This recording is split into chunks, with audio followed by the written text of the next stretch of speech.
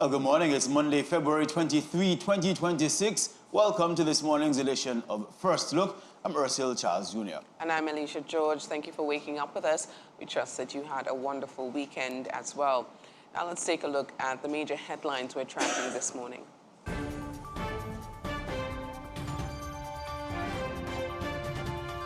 The local news is brought to you by State Insurance Company Limited.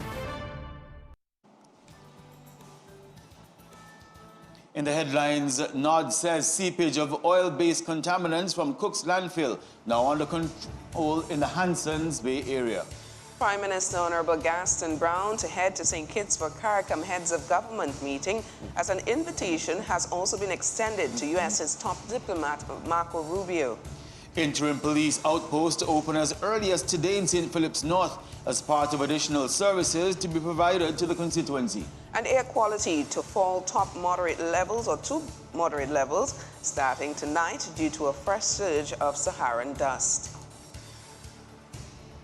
Well, these and more are the stories we're tracking this morning, but let's begin with this story. As you join us this morning, the National Office of Disaster Services is reporting that the seepage of oil-based contaminants from the Cook's landfill is under control. Indeed, Alicia, as officials say a plan put in place about a week ago is working, and there have been no further signs of seepage since the issue came to light on February 12. But while the situation is stabilized, authorities say restrictions remain in effect as a safety precaution. And so for now, there's no fishing and no recreational activity in the affected area. The incident was first reported to the pilot station at the Antigua Port Authority, triggering a coordinated response, including a partial activation of the National Emergency Operations Center at a meeting of the National Marine Pollution Committee under the National Marine Pollution Manual. Booms were deployed in Hansons Bay near Perns Point to contain any spread, while the Department of Analytical Services conducted water quality testing. But those test results are still pending, and that's why the restrictions stay in place until health and environment officials give the all clear. With the incident now under control, the NEOC is no longer activated, but officials say monitoring continues and the recommendations are being made to prevent a repeat, including ensuring solid waste has the resources needed to manage disposal effectively. We now go to this story. Prime Minister Honorable Gaston Brown will travel to join co-league regional leaders in St. Kitts and Nevis for tomorrow's start of the 50th regular meeting of the Conference of Heads of Government of CARICOM. The meeting will take place in Bastia between February 24th to the 27th. The CARICOM talks will be taking place under the chairmanship of the host Prime Minister and CARICOM Chairman Dr. Terence Drew. The meeting is coming at a time of heightened geopolitical flux in the hemisphere as the Trump administration in the United States takes a more muscular approach to foreign policy. Meanwhile, Antigua and Barbuda's diplomat, or top diplomat to Washington, Sir Ronald Sanders, says if U.S. Secretary of State accepts the invitation to attend the summit, his presence should be treated as consequential. Sir Ronald said his visit would offer an opportunity to recalibrate the relationship between the United States and the regional bloc. The veteran diplomat says in his latest syndicated column, quote, if Secretary Rubio meets CARICOM in St. Kitts, the most constructive conversation will not revolve around pressure, it will revolve around alignment. CARICOM is made of 15 member states, all of which are independent except for Montserrat, which is a British territory. The bloc also has 6 associate member states as well. In more news, Governor General, His Excellency Sir Rodney Williams, is again calling attention to increased sugar consumption and how it helps to fuel non-communicable diseases. He was speaking on Sunday morning at the Heart and Stroke Foundation of Antigua Barbuda's 7th annual Cardiac Symposium. The increased consumption of sugar-sweetened beverages and highly processed foods contributes significantly to obesity and metabolic diseases. The relationship between excessive sugar intake and the cardiovascular as well as cognitive decline is now well established. Focus on how to better manage risk factors to reduce heart disease and stroke across the population. Sir Rodney cites figures showing non-communicable diseases account for about 70% of deaths in Antigua Barbuda, with cardiovascular disease and stroke among the leading causes. Sir Rodney, who's also a medical doctor, says he welcomes a national discussion around taxing sugar-sweetened beverages as part of a broader prevention strategy. It is therefore encouraging that at the national level, there are ongoing discussions regarding fiscal and regulatory measures, including potential taxation of sugar-sweetened beverages as part of the broader strategy to reduce modifiable risk factors. Similarly, strengthening our national school meals program, encouraging the drinking of water instead of sugary beverages, and ensuring balanced, appropriate portions for children are practical steps in prevention. And we'll have more on Sunday's symposium in upcoming newscasts. Now, sticking with health-related news, the Health Ministry has held a high-level stakeholder consultation on the mental health bill, which is expected to go before Parliament next month. Health Minister Sir Morwin Joseph says government is also moving to establish Behavioral Health Institute, operating as a branch of Sir Leicester Wood Medical Centre to improve coordination, oversight and delivery of specialised mental health services through the national healthcare system. The consultation gave stakeholders a chance to offer recommendations and suggest refinements, including technical input guided by PAHO. Participants included senior health officials, along with representatives from Medical Benefits Scheme, its Secretariat, Directorate of Gender Affairs, Evangelical Services, the National Office of Disaster Services, and medical professionals from community clinics, the hospital, and Clearview. We turn to this now as an interim police outpost will open as early as today in St. Philip's North. That's the update from Prime Minister the Honourable Gaston Brown, who says new emergency services are heading to the constituency. The head of government says drawings are now being developed for a fire station and a new police station near the community centre and the polyclinic. He also says government is moving to buy an ambulance for the Eastern Corridor, with quotations already being sought. He provided the updates on Saturday on Point Broadcasting Network's Brown and Brown Show. Our story comes from Jamie J. Rocher. St. Philip North is getting new frontline services: policing, fire response, pharmacy access, and an ambulance. Prime Minister the Honourable Gaston Brown says plans are advancing for a purpose-built fire station and a new police station near the constituency's community centre and polyclinic. In addition, an interim police outpost will begin operating there this week. Minister Brown also indicated now that they're developing the drawings to construct a fire station as well as a police station, and apparently it's going to be contiguous to the community centre and the polyclinic. Minister Joseph also gave an account in terms of, and before I forget, the police station will be operational from Monday. There's a section of the community centre that will be utilizing as a police station in the interim. He also signals a pharmacy is coming to the area soon and says the constituency is getting a major boost for emergencies along the Eastern Corridor. Minister Joseph indicated that they'll be establishing a pharmacy there shortly. In fact, he met with me up to yesterday, and I know he's moving with alacrity to start that within a matter of weeks. Plus, he has asked me for a budgetary amount to acquire an ambulance specifically for that area to be stationed there for the Eastern Corridor. So I've authorized it, and he's now getting quotations so we can purchase the ambulance for St. Philip's North. As the government places services closer to the people, it's hoping response times will improve when seconds matter. James J. Rocher, ABS News. Meanwhile, a special church service was held on Sunday for former long-serving MP for the St. Philip's North constituency, Sir Robin Yearwood.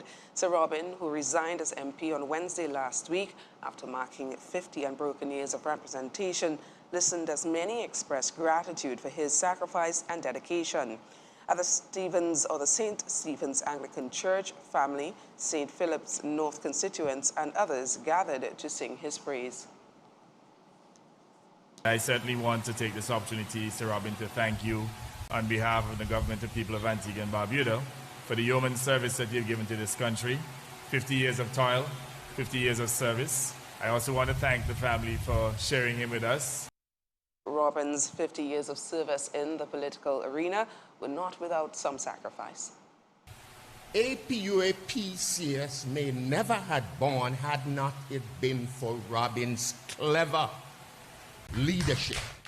And when APUA-PCS was launched, it became the biggest cellular provider in Antigua and Barbuda offering free service incoming calls. Things we take for granted were lifted by his vision and drive.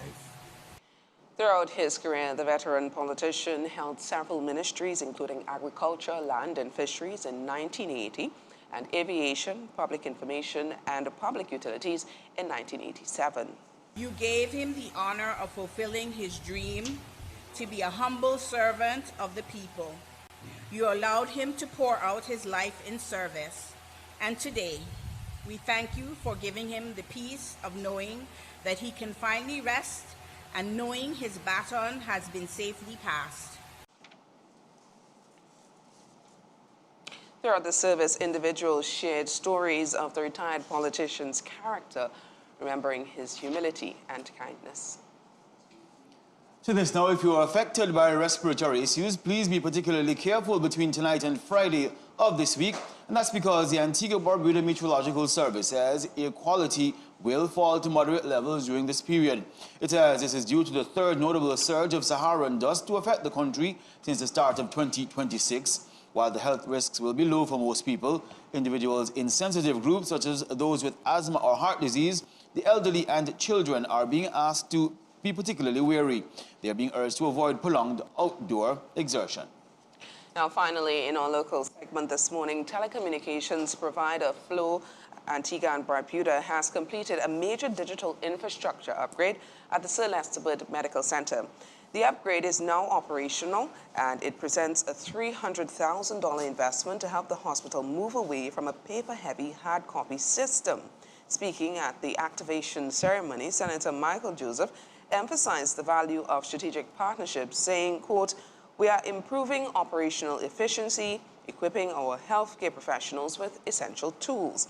He adds that this contribution reflects a strong commitment to the health and well-being of the people and highlights the importance of effective public-private partnerships in advancing national development. The infrastructure upgrade also fits into the hospital's broader digital roadmap, which includes the recent launch of a new hospital information system. Flow's philanthropic arm, Liberty Caribbean Foundation, has also donated $5,000 to support the hospital's longer-term technology goals. Well, that wraps up our local segment. When we return, more news from the region and further afield.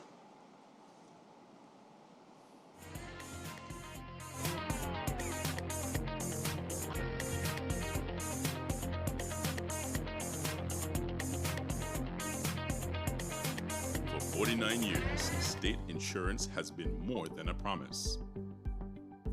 It's been a partnership you can rely on, supporting you as you build, operate, and grow your business, allowing you to focus on what matters most. And as you go about your daily routine, State is right there with you. State Insurance Company Limited. 49 years of protection and partnership so you can live in a better state of mind.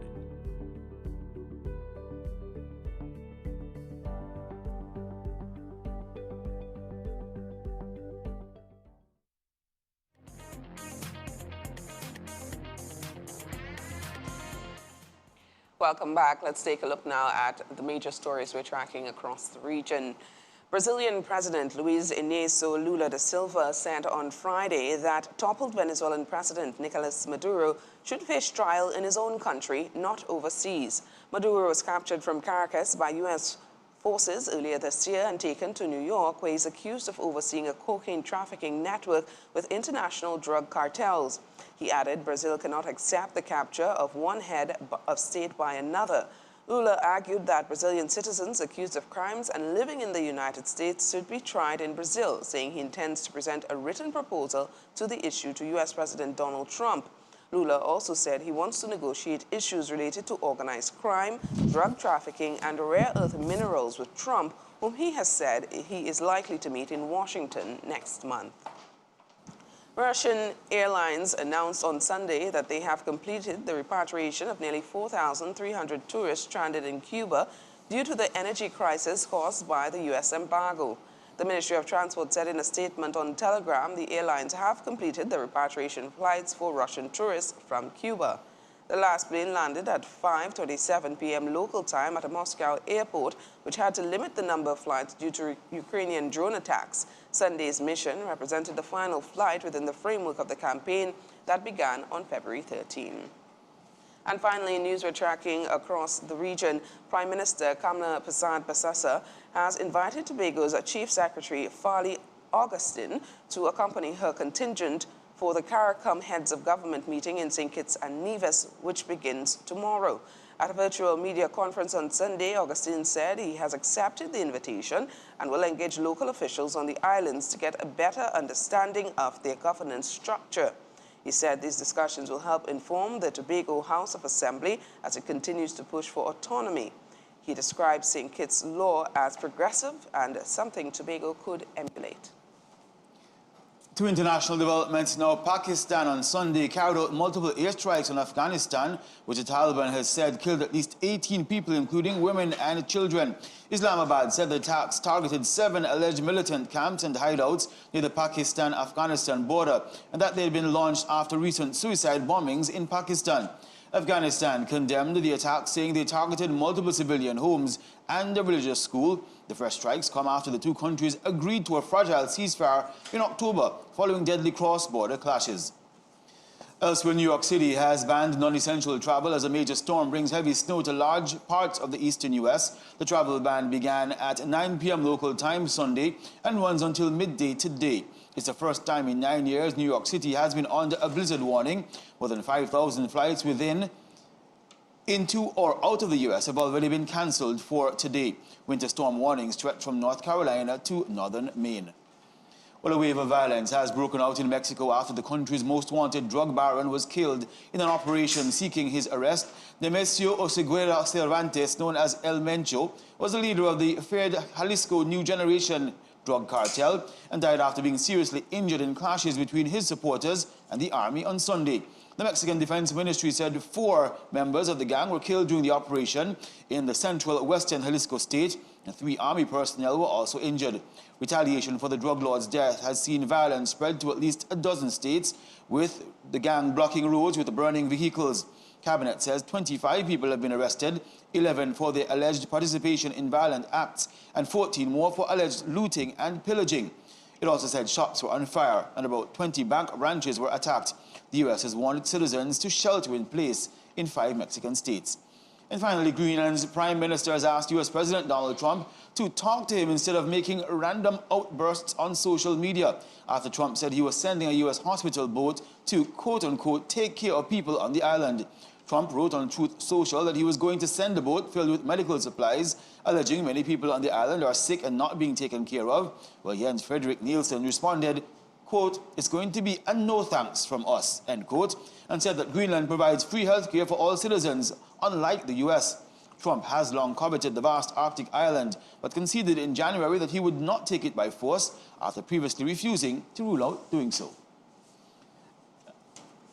Well, that's it for regional and international segments. Some interesting stories there. Indeed. We now, however, have to go to sports, where we give you sports weather. Weather first. Weather forecast. Today we have Dale Destin, our meteorologist, to give us an update. What do you think?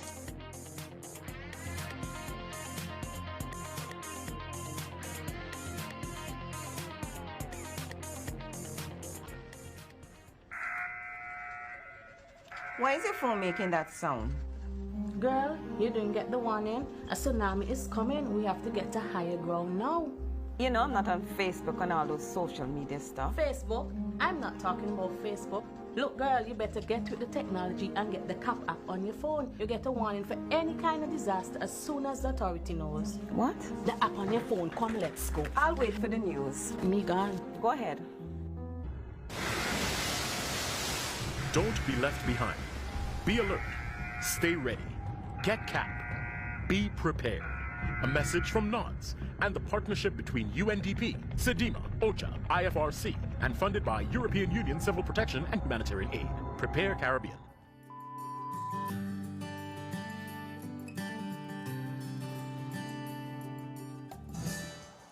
And hello there, good morning. Dale Destin in with your weather news. Happy Monday to you. And we start the news with the fact that we are about to see a third surge of Saharan dust across our area.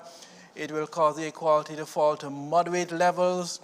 For most persons, this is not really a problem, but there's a minority of you who will be affected due to perhaps ailments such as asthma and other respiratory-related ailments. So certainly you want to take precaution. As usual, this is nothing new to those who are affected.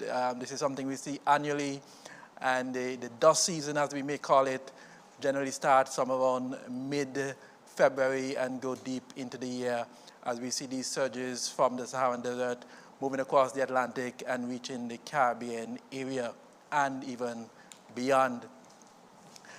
On our satellite imagery this morning, over the past few hours, nothing really to point out to you in terms of significant cloud features.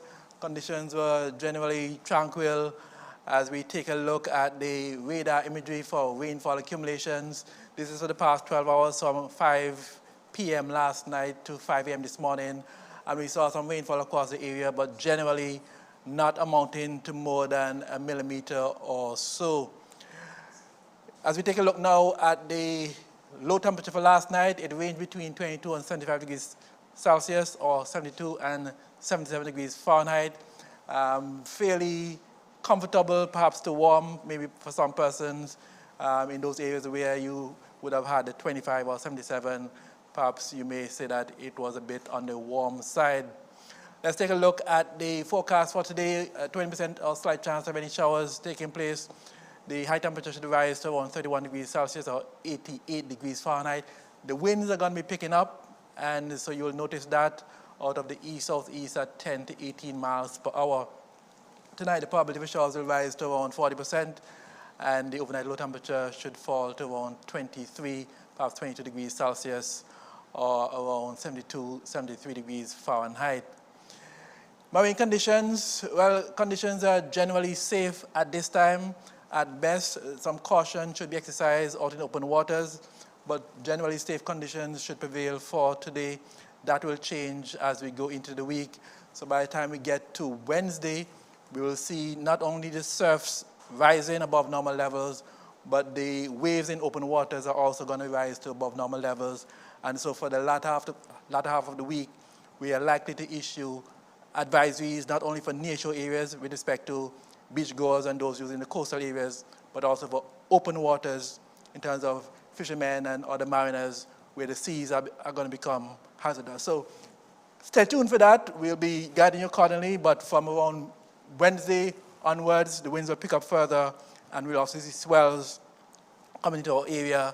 These swells are going to be generated by that frontal system that is causing havoc across the northeast, but the open water wind waves are going to be due to the above normal winds that we are going to be seeing during the latter half of the week. Let's take a look now at the forecast through Sunday. And with the winds picking up, we're likely to see an increase in the probabilities of showers. So from Wednesday or so onwards, probability of showers will be generally high. We're looking at those type showers that on and off, happen very suddenly, end very suddenly as the winds surge, as you may become accustomed to observing. When the winds do surge, we tend to see a surge also in moisture that results in these on and off showers. So pay attention to that. It could be disruptive for some of you.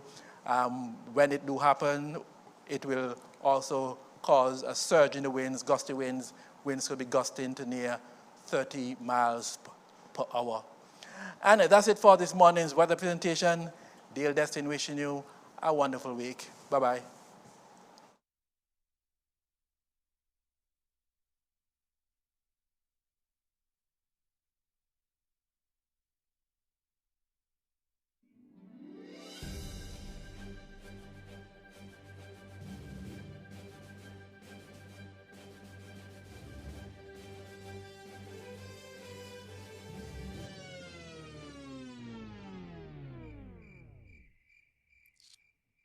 Should have gone to SignPro. At SignPro, we believe winners deserve more than just a tiny token. Visit SignPro's showroom and see the wide range of high-quality trophies and awards we offer. Make your event unforgettable. Sign Pro, where winners get the recognition they deserve. Visit us today or call us at 561-1313. When storms like Melissa hit, it's a reminder. Hurricane season is never far away. And with tariffs driving prices up, protecting your home now just makes sense. This February, Leeward Islands Hurricane Protection is offering a deal you can't afford to miss. Up to 30% off select accordion hurricane shutters in brown or white. Enjoy fast turnaround with just 50% down and the balance paid when your installation is complete.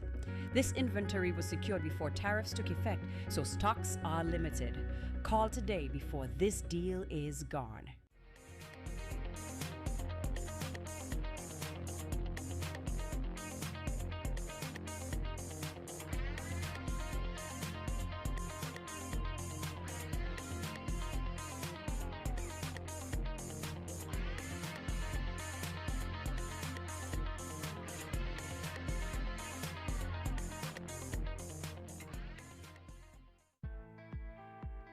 Listen up. This isn't just another project. It's a chance to build the future of our nation.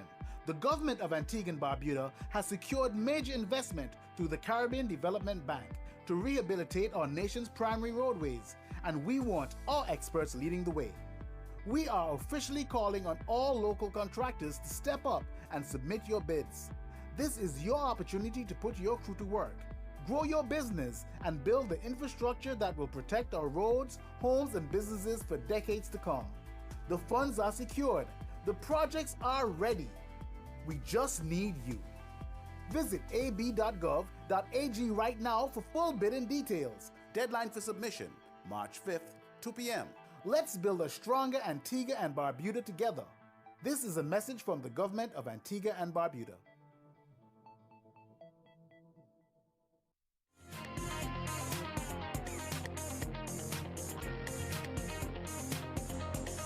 Welcome back to First Look this Monday morning. As we look forward to the March 16 by-election in the St. Philip's North constituency to be preceded by nomination day this week, Wednesday. In fact, in 2 days from now, the accolades continue to pour in for outgoing representative of St. Philip's North. That's, of course, Sir Robin Yearwood. On Sunday, the accolades continue to pour in at a church service held in its honor. That was, of course, at the St. Stephen's Anglican Church. We'll bring you some excerpts from that church service, including words of commendation from Prime Minister Gaston Brown. Thank you very much, Reverend Byrne. I got the message. Be brief. I want to acknowledge Sir Robin Yearwood, my dear friend, comrade, and family too, as well as Dame Bridget Harris, and of course, His Excellency Randy Baltimore, and all of the other distinguished comrades, ladies and gentlemen. I'm delighted once again to be given an opportunity to celebrate the 50 years of unbroken service by our dear friend and comrade, Sir Robin Yearwood. I first met Sir Robin Yearwood, I believe, in 1998, as I was entering the Labour Party and vying to become the candidate for St. John, or the representative for St. John City West. And Sir Robin at the time said to me that we were related. I can't tell you that I can trace how we became related, but he insisted that we're cousins, so I'm here also to celebrate Cousin Robin. But that was the nature of Sir Robin. Robin embraced practically everyone, and you'd recognize him within his own community that Sir Robin's home was open to all of his constituents. So they're not just constituents, they're family. And imagine he would have referred to many of you as relatives, as cousins. So that is the nature of Sir Robin. And I certainly want to take this opportunity, Sir Robin, to thank you on behalf of the government and people of Antigua and Barbuda for the yeoman service that you've given to this country. 50 years of toil, 50 years of service, and you evidently, you're now in the history books as someone who would have completed 50 unbroken years of service in the lower house. I think that is unheard of in any democracy. I believe it's actually a world record. So we will check with the Guinness Book of Records to determine if that is the case. We're not aware up to this date that anyone would have served in a democracy for 50 unbroken years. Again, it shows the confidence that your constituents had in you, Sir Robin, in which they voted for you decade after decade, term after term, until you got 50 years and you took the decision recently to retire. And I said to you that your retirement evidently is or was for that matter, because it's past now, the crowning moment of your legacy. And clearly, you are now a legend, a living legend in this country. We're very proud of you. We're very proud of the contribution that you've made to nation building. And we certainly want to wish you continued good health. We hope that you will live extremely long. We're looking forward to your becoming a centenarian. And we ask your family to continue to take care of you, take good care of you as a national treasure, because at the end of the day, we want you to remain in the land of the living for a very long period of time. I also want to thank the family for sharing him with us, and I know how difficult it is for members of parliament to literally take care of their families and at the same time take care of the people's business. And almost invariably, you have these conflicts from time to time, and you would have recognized Sir Robin as a public servant. In many instances, would have put the people's business first, and evidently that would have weakened to some extent his contribution to his building his own family, and that is the dilemma that many of us are faced with as public servants. I also want to thank the community for the confidence and trust that you have shown in him, and the Labour Party as well, in which you would have voted for him for 11 elections, and he would have retired undefeated. Commendations to you, and please be assured that you have the full confidence and trust of my administration, and that we will continue to honor your support. So don't think that that support will go unnoticed. In fact, that will be a record for a very long period of time, and I'm hoping that you will continue to give the institution your full support, and certainly the successor in waiting, Randy Baltimore. So once again, a pleasure. And Sir Robin, you know you have my personal support, and though you have retired, you can be assured that I shall keep in touch, and you'll see me regularly. And again, thank you to everyone. Blessings.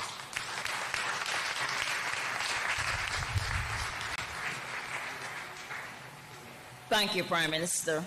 Good afternoon, Church.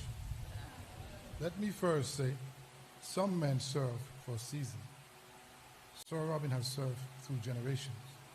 Today we celebrate a truly historic milestone, 50 years of unbroken parliamentary service. This justice in longevity, endurance, discipline, and commitment. For us at the branch, Sir Robin has been an epitome of strength, steady in direction, firm purpose, and consistent in service. That consistency gave us confidence because he kept going, we kept going. When times were hard, he remained steady. That steadiness helped carry us all forward. Sir Robin, thank you for the sacrifice, the resilience, and the years of faithful service to the people. Congratulations on his extraordinary achievement. May God continue to bless you with strength, good health, and peace as your legacy continue to inspire generations. Thank you. Thank you.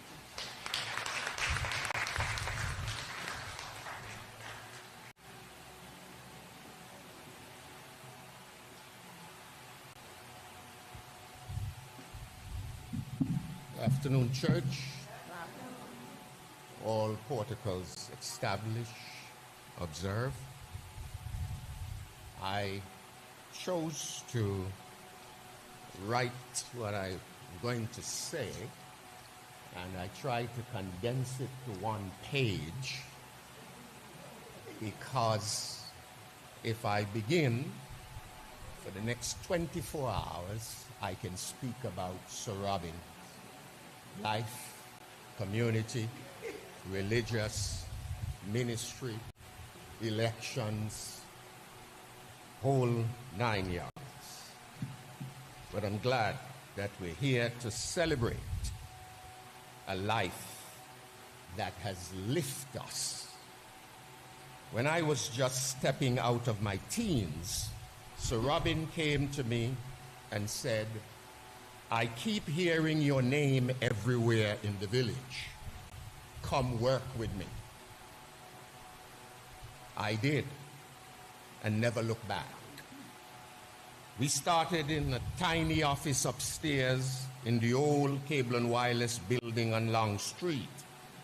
Later, which was the Ministry of Agriculture then, We later moved to the Chandler building, upstairs, the gas station.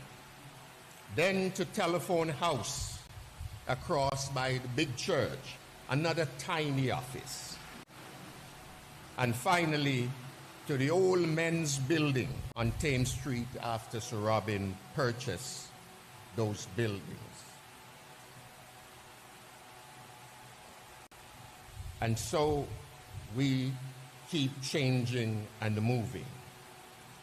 He ran his constituency like he ran a family. Anyone wanting to do business had to hire his people first. For political expediency? No. Robin believed in hiring his constituents was the right thing to do. And how did we decide who got a job? Not by who knew who. We looked at every family conditions. Who had children sharing a bed? Who had a roof that leaked every time it rained? Who needed a start? And how will this job impact the entire family? Together, we have built several homes for the poor and indigent families who had nothing. We have helped dozens more finish theirs, whether it's roof, fixing up their homes. Sir Robin backed many people at the bank, and his words was enough to turn dreams into doors and keys. One year I was campaigning, and an opposition member ran into the street and said to me, "Tell me what Robin has done for this constituency." On the microphone, I answered. I said, "Do you want me to tell you what Robin has done for you?"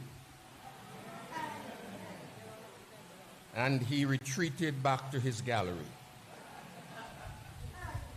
We kept a careful list of every young person turning 18. I would go to the house, sometimes tripping over chickens, sometimes stepping over puddles, taking them to register to vote, because we knew every kid that turned 18, and our goal was to get them on the register. And we worry about the election to vote when that time comes, because Sir Robin's eye, being heard, is just as important as being fed. He was the first politician to bring ham and turkey and chicken and toys to families at Christmas time.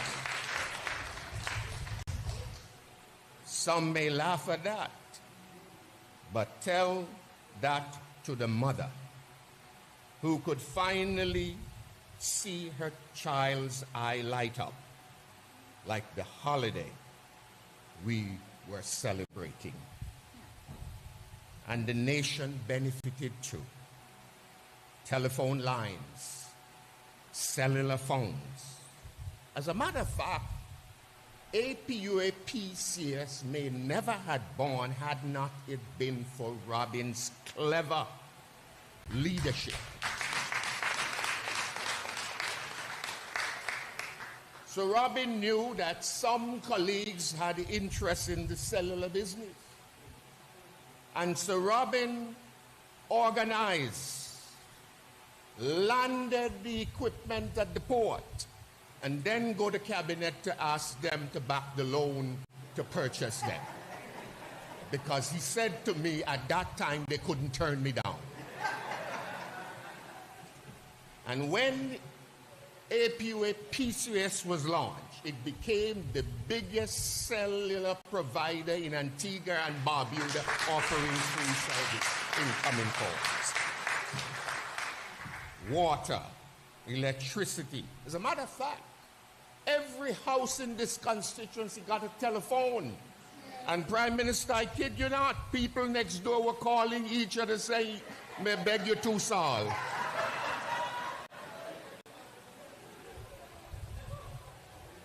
Things we take for granted were lifted by his vision and drive. Sir Robin held his office with pragmatism, honor, a sense of duty, and unconditional love for the people who voted him back into office for 50 years. He held people. He did not just build projects, he built dignity. When you came to Sir Robin to ask for $100, Robin said, "You working?" "No. Come to the office in the morning and go find you a job."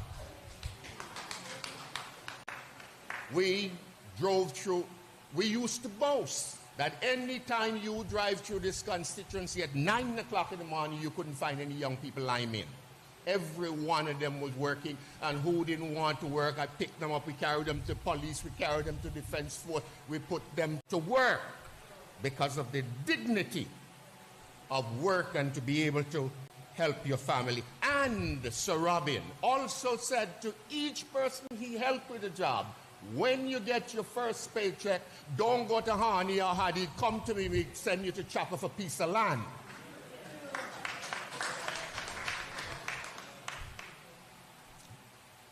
You know, there are those who want to soil Sir Robin's legacy. But I want you to know that when Sir Robin took office, Wilkes didn't have a school built by government. The school was the Union Hall, which we call Bottom School.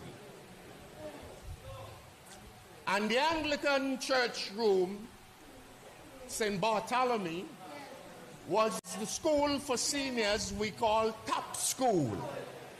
So when you left Bottom School, you went to Top School. And Sir Robin ensured that we have a school built, which is now Nelvi Gore and Gore School.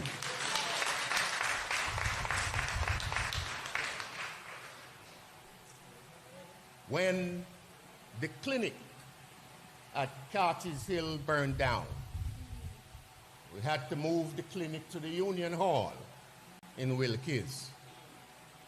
The Union Hall, a few years, we had renamed the Union Hall Stanley Joseph Hall after the first section chairman, who happened to have been Robin's uncle-in-law, Dorcas Joseph husband.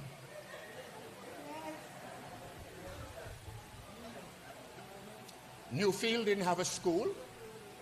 Newfield School was in the Moravian churchyard. When you look out from the window, you saw a cemetery, you saw graves. Robin put a school in Newfield and a clinic in Newfield.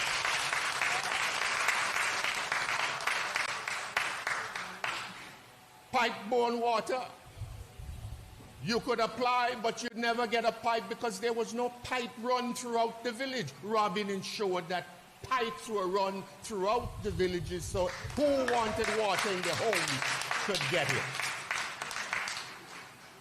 So I want to make it clear for those who say man hasn't done anything. Nonsense. Nonsense. Has done a lot and has done more for individual families. Everybody got married in this constituency. Robin made them a contribution. Everybody who had a dead in this constituency, Robin gave them a contribution. I know because I was there and many times I took what he gave.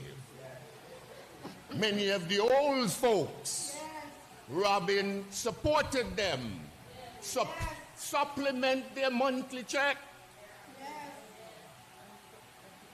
Whenever there's an election, wherever I am, Robin will call me up and say, the gang is about to knock.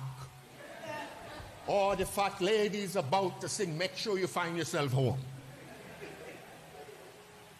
And when I get home, he give me a list of folks he said not vote in. He said, go talk to them.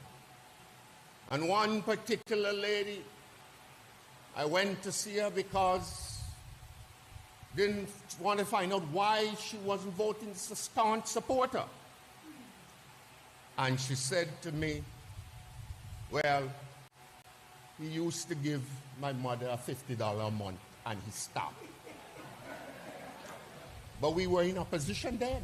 This is between 2004. And Robin said, oh, that's the problem? No problem. Me pass up their money. Dance done.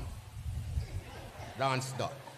So Robin had that personal touch. Whether you were playing Warrior with him or domino with him, whether you were slamming the domino, and whatever name you call Robin, he answer.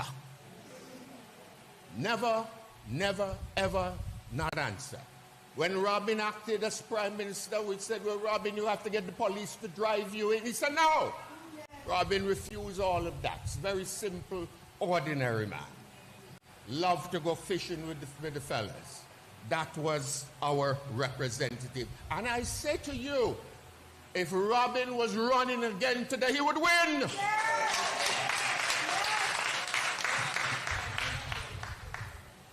So, my dear Comrade friends, Antigua and Barbuda, I'm happy that we're celebrating a half century and thank Robin for years of service. In Antigua and Barbuda, that's what makes leader unforgettable. That is what makes a life worth remembering. For the man, his calling, his mission, his legacy, we celebrate now and always. And may the good Lord, Sir Robin, continue to keep you, bless you, and be gracious unto you. And at the hour of his calling, may he bring you into paradise. Amen.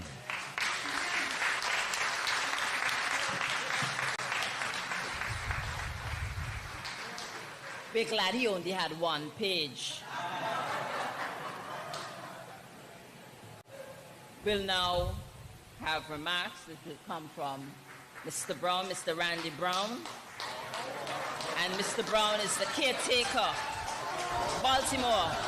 They don't mind Brown, right? Mr. Randy Baltimore, who's the caretaker of St. Philip North. Let me acknowledge our esteemed Prime Minister, the Honorable Gaston Brown.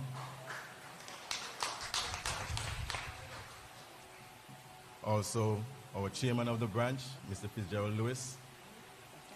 Constituency of St. Philip's North, distinguished guests, family, friends, good afternoon. I want to thank Mr. Oswald Thomas for that brief history lesson. There's so many things that I've learned today from that. Colossians 3:23 and 24 says, whatever you do, work at it with all your heart, as working for the Lord. And today, we honor not just the years, but the faithfulness inside those years. We give thanks to God for allowing Sir Robin to celebrate this remarkable milestone, 50 years of unbroken service to the nation of Antigua and Barbuda and to the constituency that he so dearly loved, St. Philip's North. This is not an easy feat. It is discipline. It is sacrifice. It is constituency. And it has certainly been etched in history. As I stand here today, I reflect on Sir Robin as more than just a public servant. I reflect on him as an empowerer. There is a saying, give a man a fish and he eats for a day. but teach a man how to fish, he will eat for a lifetime. Sir Robin has taught many of us how to fish.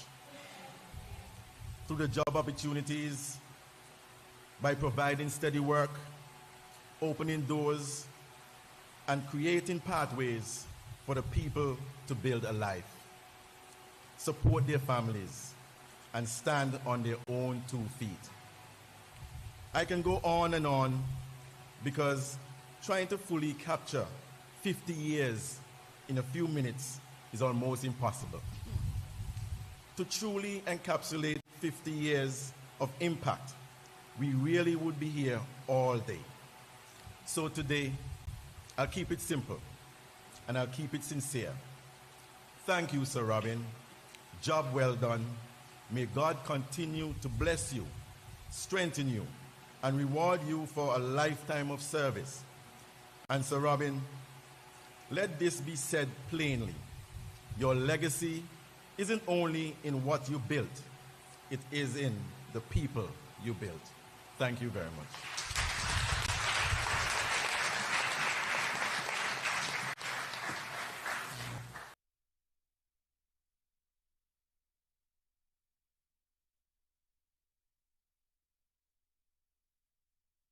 Government is always moving, and every week decisions are being made that affect all of us. On Government in Motion, we follow the agenda. We show how policy turns into action on the ground, and we sit down with the people responsible. This is Government in Motion, Mondays at 8:30 p.m. on ABS Television.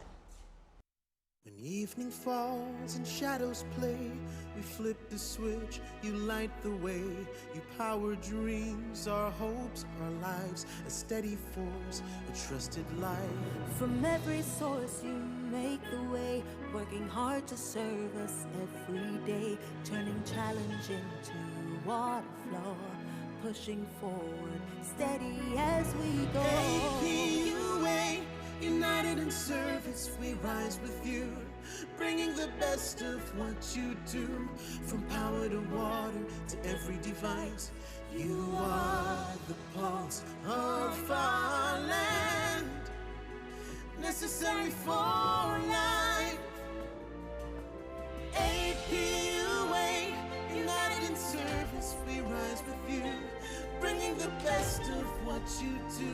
From power to water to every device, you are the pulse of our land, necessary for life. APUA.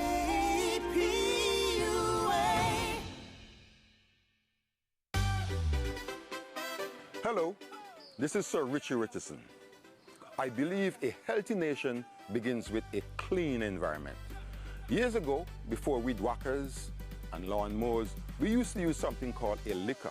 And I'm sure most of the young people today don't even know what a licker is. But it's a simple piece of flattened metal to cut the grass in and around our yard. As children, we looked forward to it because keeping the yard clean was a source of pride. That same pride is what we need today. Just like in cricket, each of us has a part to play. Whether it's cleaning up around our homes, planting a tree, planting flowers, or joining a community cleanup. Tourism is our main industry, and when visitors come, they should see the beauty of our island, not litter on our streets. Together, we can stop littering. Together, we can protect our environment. Together, we can show the world the best of who we are. Take pride, do your part, and always remember, love where you live.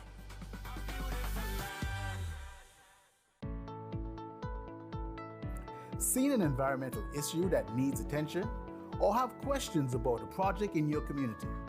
Our team at the Department of Environment is here to help you and make sure development stays sustainable and responsible.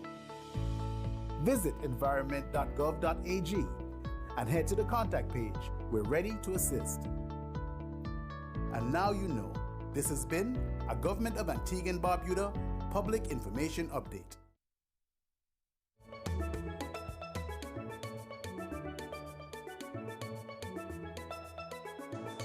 Good morning!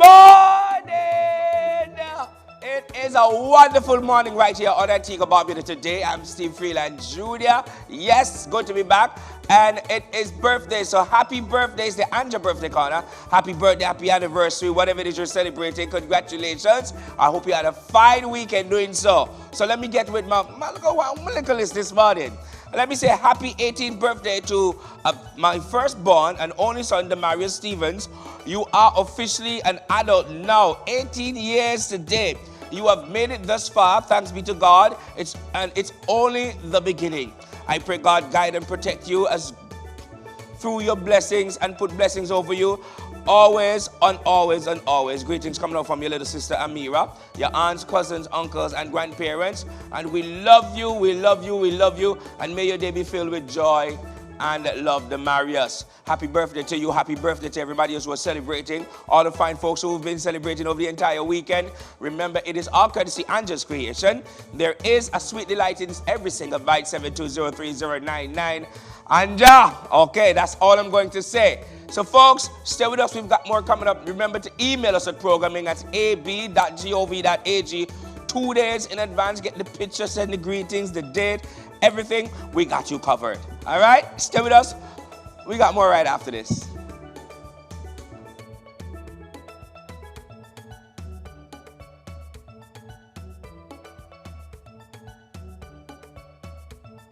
Imagination is the beginning of creation. Imagine what you want, and we create exactly what you need. At Andrew's Creations, we offer exceptional, delectable cakes for all your special occasions. Birthdays, weddings, showers, anniversaries, graduations, baptisms, and so much more. So satisfy that craving, or simply get that sumptuous cake that delights your taste buds. Our promise to you is this: there's a sweet delight in every single bite, only from Andrew's Creations. Want to stay informed about the latest developments in your community? Do you have an event or opportunity that you want to share with the public? ABS TV's Wadadley Billboard is here, your weekly destination for all things Antigua and Barbuda. Getting featured is absolutely free. You can provide your information in 2 convenient ways. Drop it off in person to our studios by the end of the day on Wednesdays, or email the details to programming@ab.gov.ag with the subject Wadadley Billboard. Stay connected with your Wadadley Billboard weekdays 9 a.m. and 6:05 p.m. and weekends at 6 p.m. exclusively on ABS TV. Do you know that cervical cancer is one of the most preventable and treatable forms of cancer? Yet, it remains a major threat to women across the Caribbean. The good news is that we now have the tools to stop it. Between the HPV vaccine and regular screenings like PAP and HPV tests, prevention is in your hands. The Celeste Bird Medical Center encourages every woman to contact their doctor today to get informed and screened. Your health is wealth, and now you know. This has been a Government of Antigua and Barbuda Public Information Update.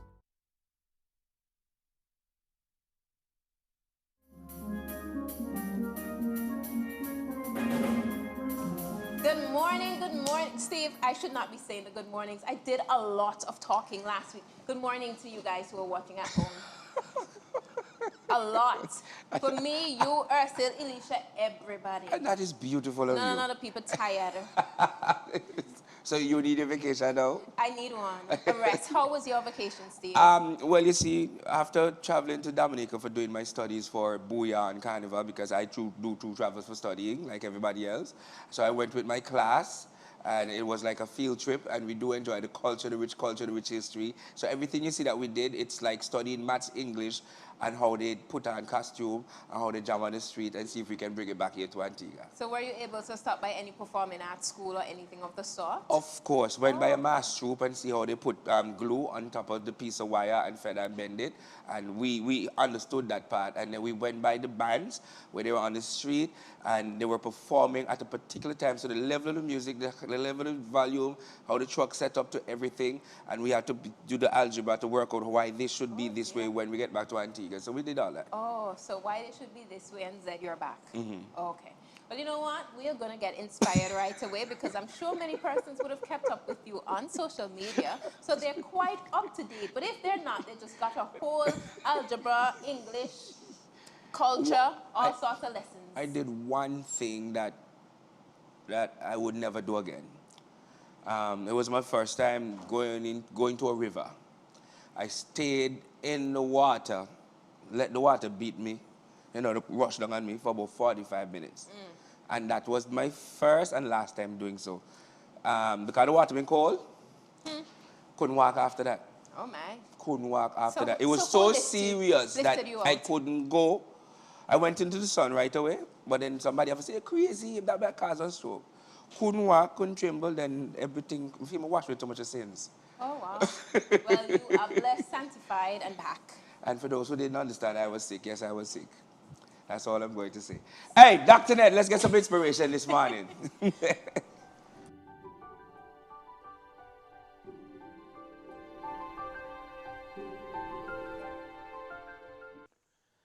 If you want to be more than one of the masses, if you want to make your life significant, one of the things you have to do, especially as a young person, that's a little difficult, is to get to know who you are. Spend time alone in nature. It's easier to do it when you're older. But remember to separate yourself and find out the music that God has put in you. And the earlier you do that, the more time you will have to realize what you should be. You see, all men and women begin to become great when they begin to take time out for themselves. And I tell my own children all the time, go out alone, spend time to appreciate the gift of the Almighty. This is a wonderful life. This is a wonderful gift. Don't let social media and how many followers you have and bullying with your cult, don't let that take priority in your life. Develop yourself. Remember, you have gold inside. Go out, take time and appreciate it. All men and women begin to become great when they take time out for themselves. I'm Dr. Ken Ned.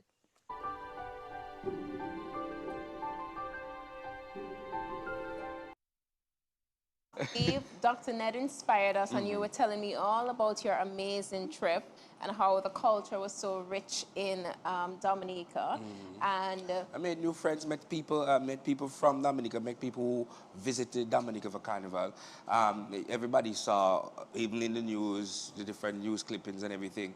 We went on an honest trip. We went as friends and went on a trip and decided, look, everything we do is for Antigua. So all what you saw, it was just us representing Antigua. Nobody sent us, nobody say, oh, walk with the flag, nobody say, dress the flag. No, that was just us having fun. And it was well received. Antigua was like the MVP of Dominica Carnival, because there were other Antiguans too, with the flag, doing their thing.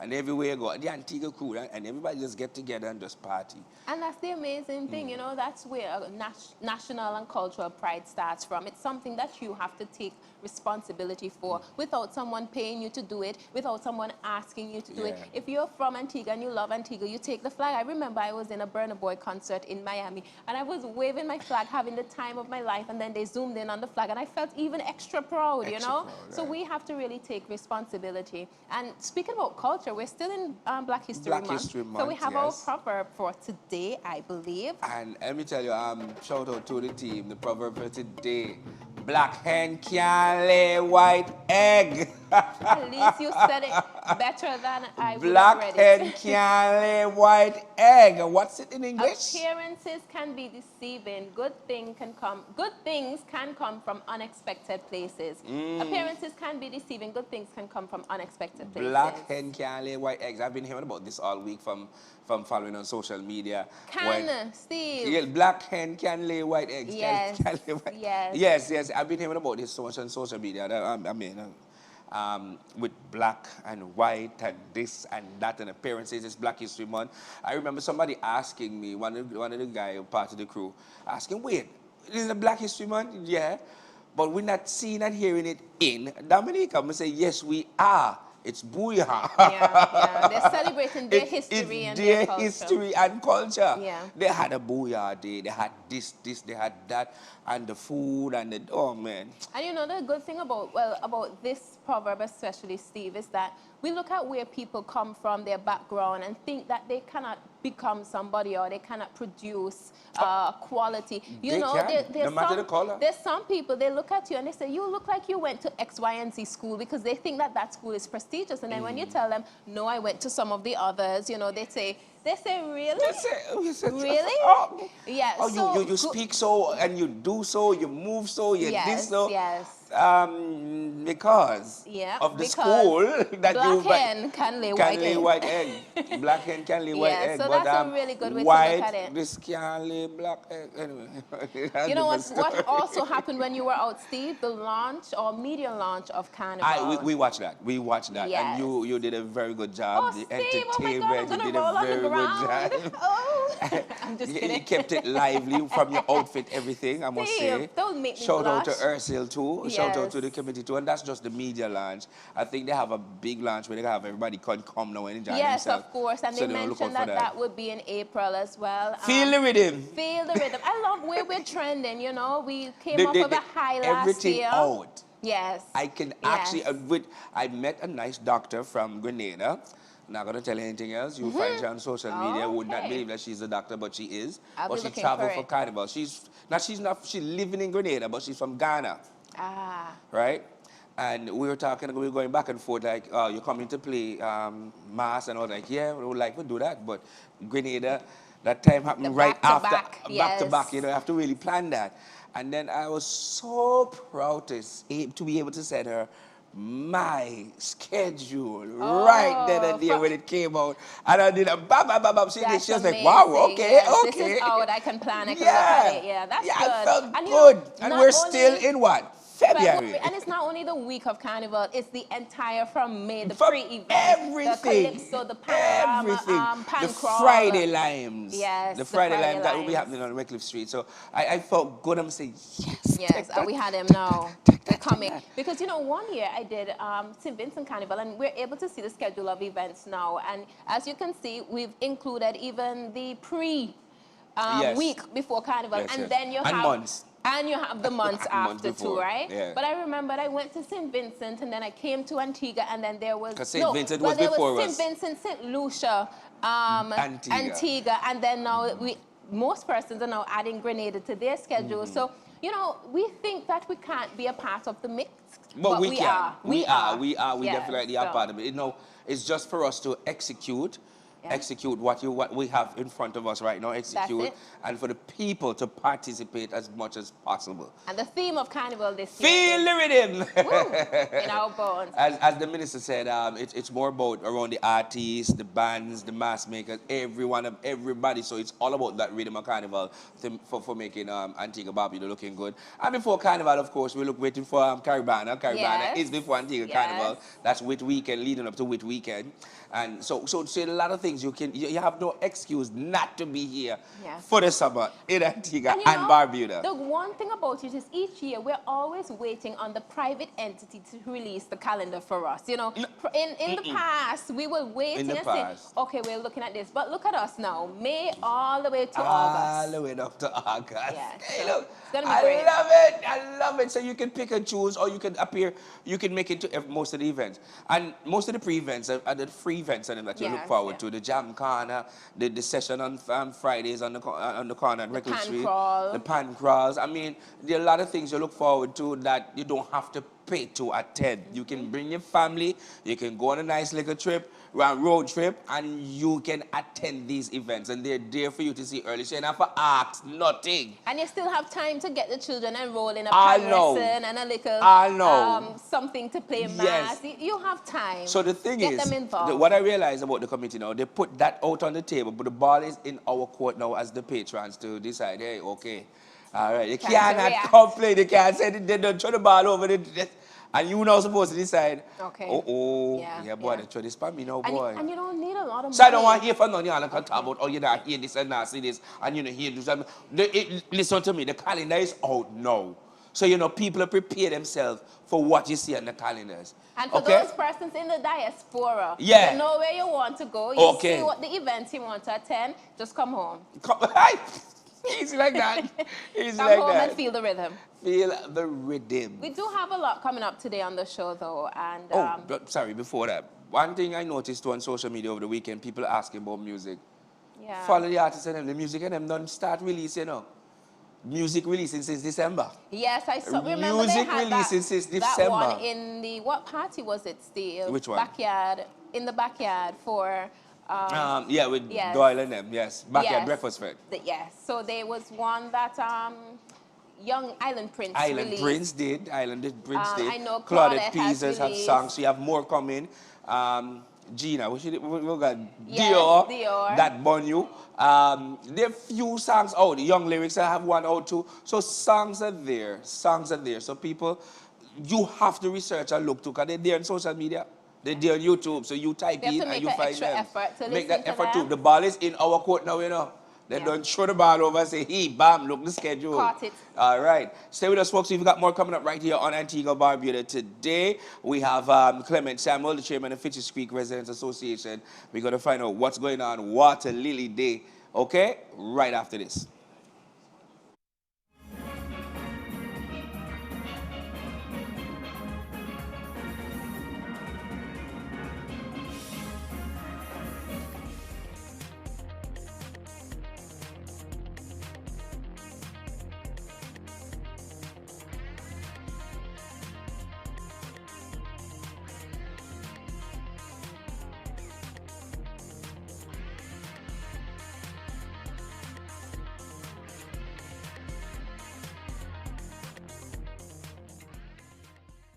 House Calls is television tailor-made for your health. Join ABS TV every Tuesday evening at 8:30 as we delve into all facets of your health and well-being. Hear from doctors across every area of medicine on how you can safeguard your health. Join the conversation on telephone and on social media. House Calls at 8:30 p.m. every Tuesday on ABS. To your health.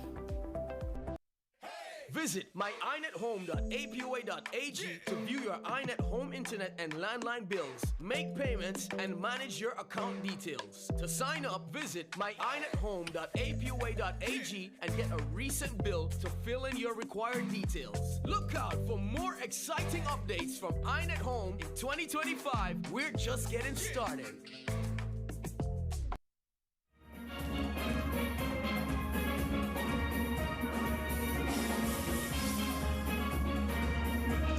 The second Water Lily Day, developed by Clement Samuel, will be on March 21st, one day ahead of World Water Day.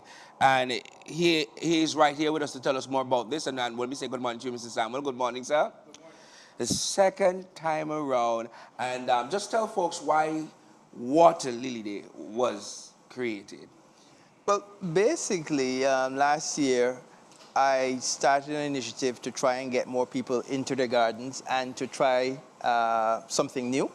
And many persons will admire water lilies, but they didn't have the courage to try and start.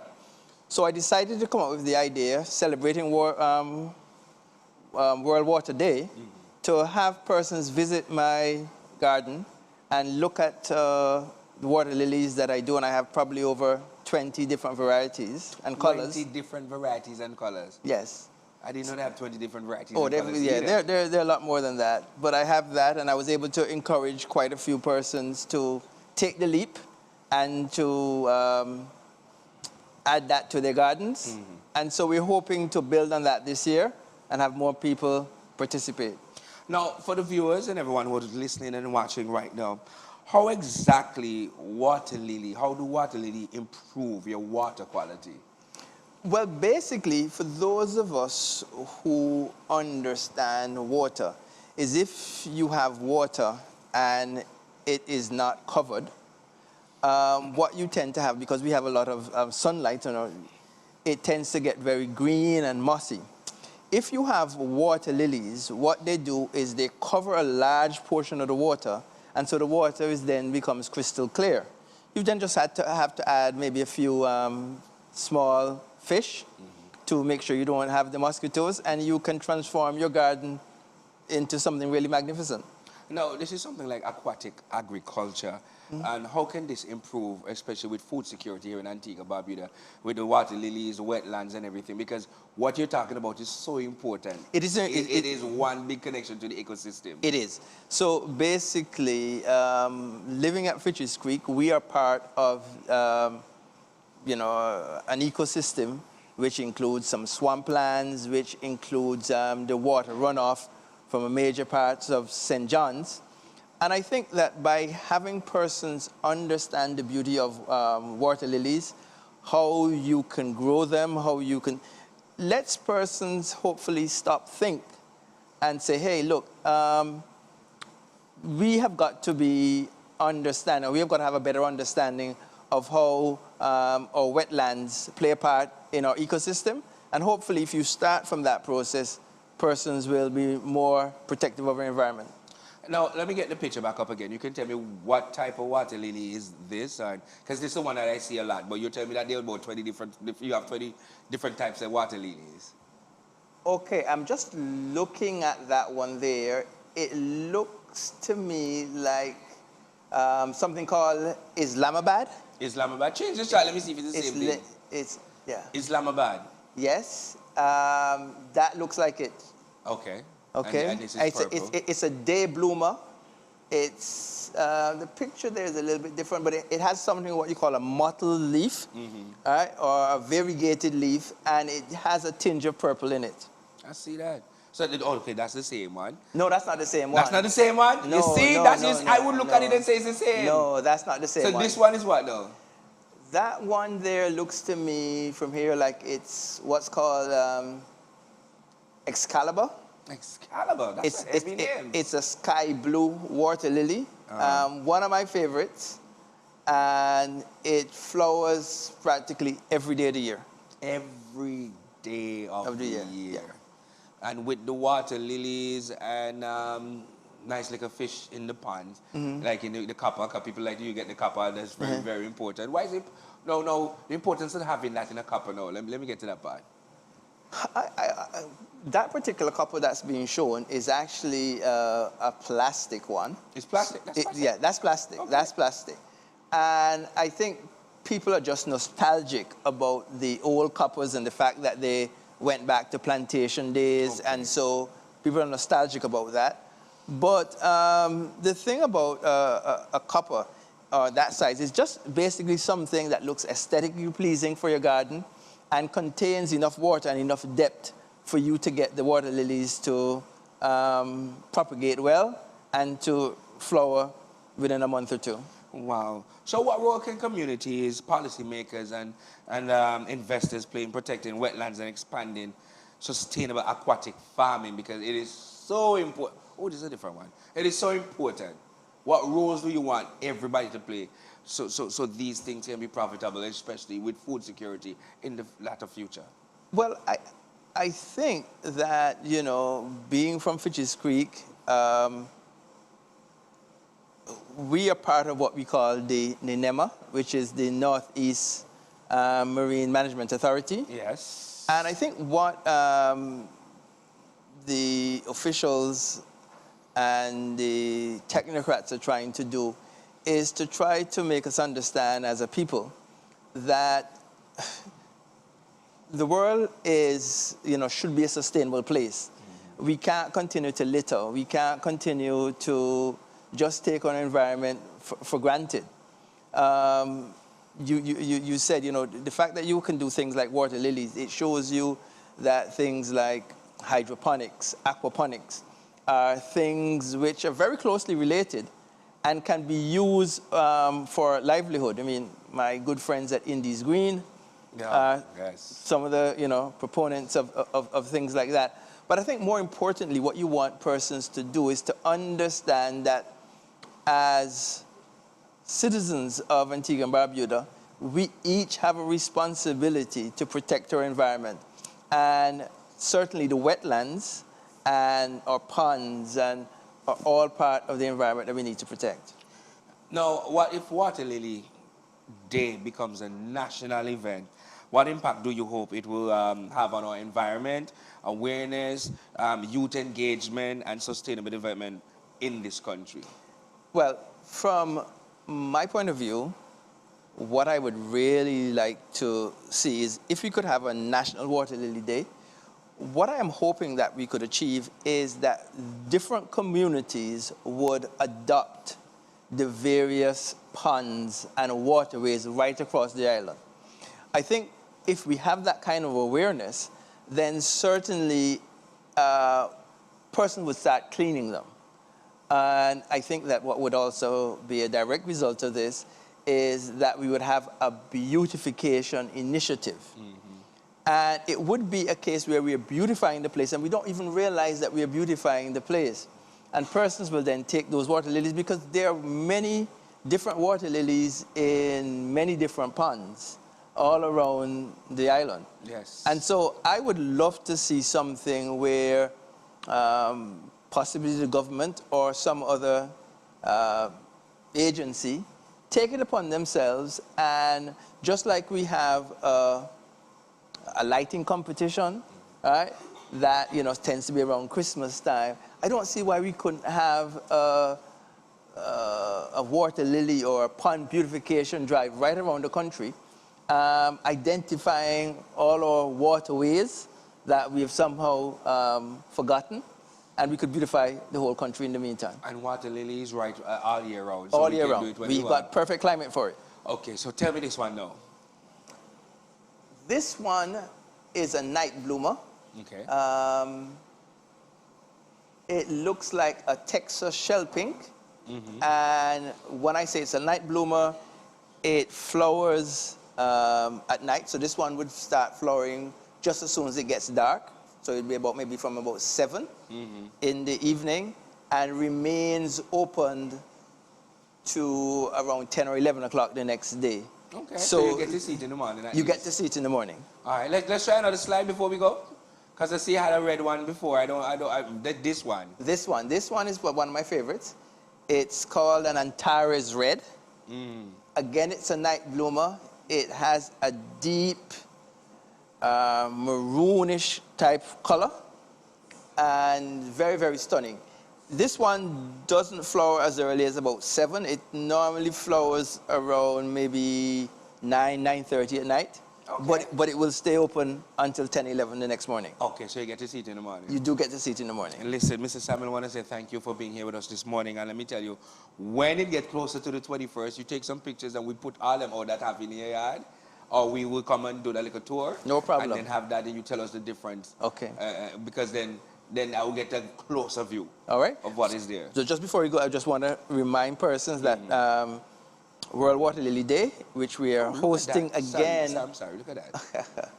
Yeah, that's the same or different variations? Those are different. So that one there are 4 different colors there. There's an Antares Red, there's a Texture Shell Pink, there is a Night White, and there seems to be another Texas Shell Pink in the corner. So there are actually 3 different colors, but there are actually 4 different water lilies there. In one? Yep, and there's the waterfall behind that.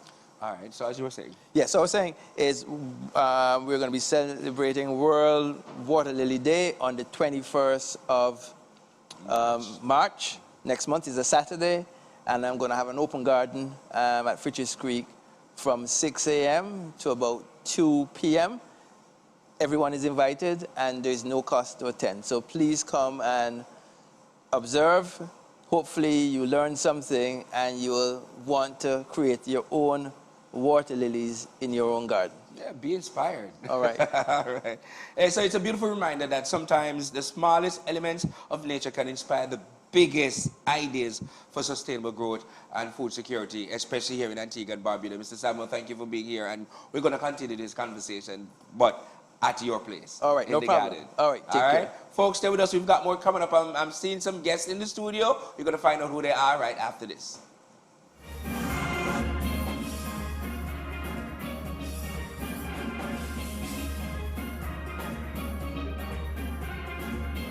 Reporting live from Caribbean Union Bank's press conference, where bank representatives will address its customers and the media, explaining just how CUB simplifies life through its financing. Today, my team and I will share with you how CUB's financial solutions are designed to simplify your life. Now, let's open the floor for any questions that you may have. How can you help me as a retiree? That's a good question. We offer customized retirement solutions at competitive rates. How easy is it for me to switch my mortgage to CUB? With attractive interest rates and minimal switching fees, CUB makes switching mortgages easy. Do you offer point-of-sale machines? Absolutely. All point-of-sale systems can speed up checkout and boost sales. Those were great questions, and our team is here to further support you. We're Caribbean Union Bank, the bank that cares, and our doors are open to welcome you.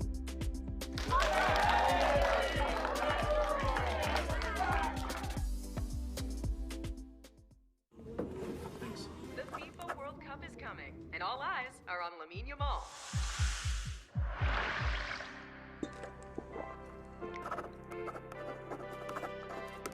You like it? Yeah.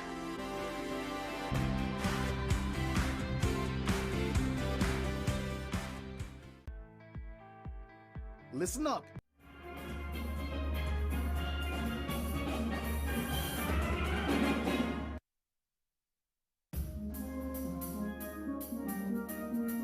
Welcome back to Antigua Barbuda today. Disaster preparedness is everyone's responsibility, and this March, the National Office of Disaster Services is strengthening national readiness through major initiatives.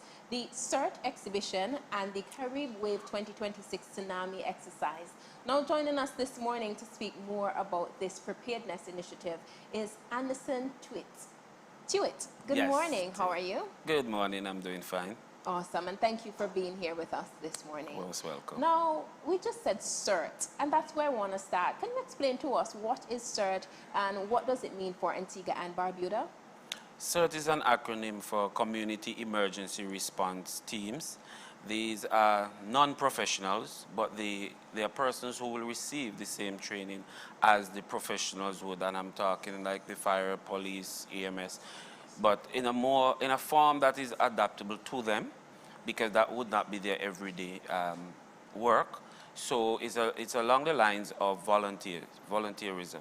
We have 17 districts, and the districts run us along the lines of the electoral boundaries. And within each district, we have volunteers. We have disaster volunteers.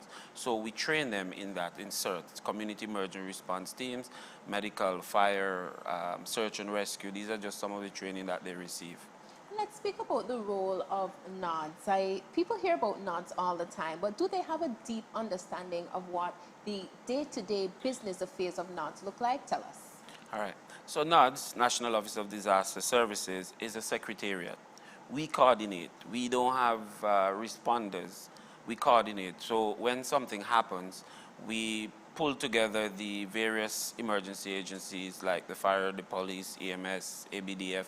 We bring them together in what we call the National Emergency Operations Center, and from there all heads hit and come up with ideas how to manage or control the whatever the situation is at that point in time. Now, most people think that NODS, it's quote-unquote just hurricane. No. We operate around the clock. We operate, when I say around the clock, we may not be physically in office, but there are mechanisms that if something happens after normal working hours, that we will go into the office and we'll set up to manage whatever the crisis is at that point in time. So we are a year-round operation. I can tell you right now, we are in preparation mode for the hurricane season. But there are many other hazards, earthquakes, landslides, floods, drought, that can strike at any point in time, And we must be ready, and we must be able to assist persons whenever those things happen. And speaking about the other hazards, there's also tsunamis, and we would have been preparing because we've seen the work underground. But there is the Carib Wave 2026. Tell us about that regional exercise that's taking place. All right. It's a regional exercise, and naturally for the last good number of years, Antigua and Barbuda have participated, and I must say thank you to all the agencies, all the schools, businesses that have participated. And this year is no different. We're doing it again. We want to ramp up our numbers. We want strong participation from not just the government sector, but the private sector also. And I must say the private sector have come on board a lot, especially we see a lot of effort put in by the schools. Now, we know some schools have hundreds of students, so be able to manage them, that if a warning goes out for a tsunami, that they're able to go to their safe spot, or if they don't need to go to their safe spot, they're able to remain there and be in a controlled environment so that parents can feel safe.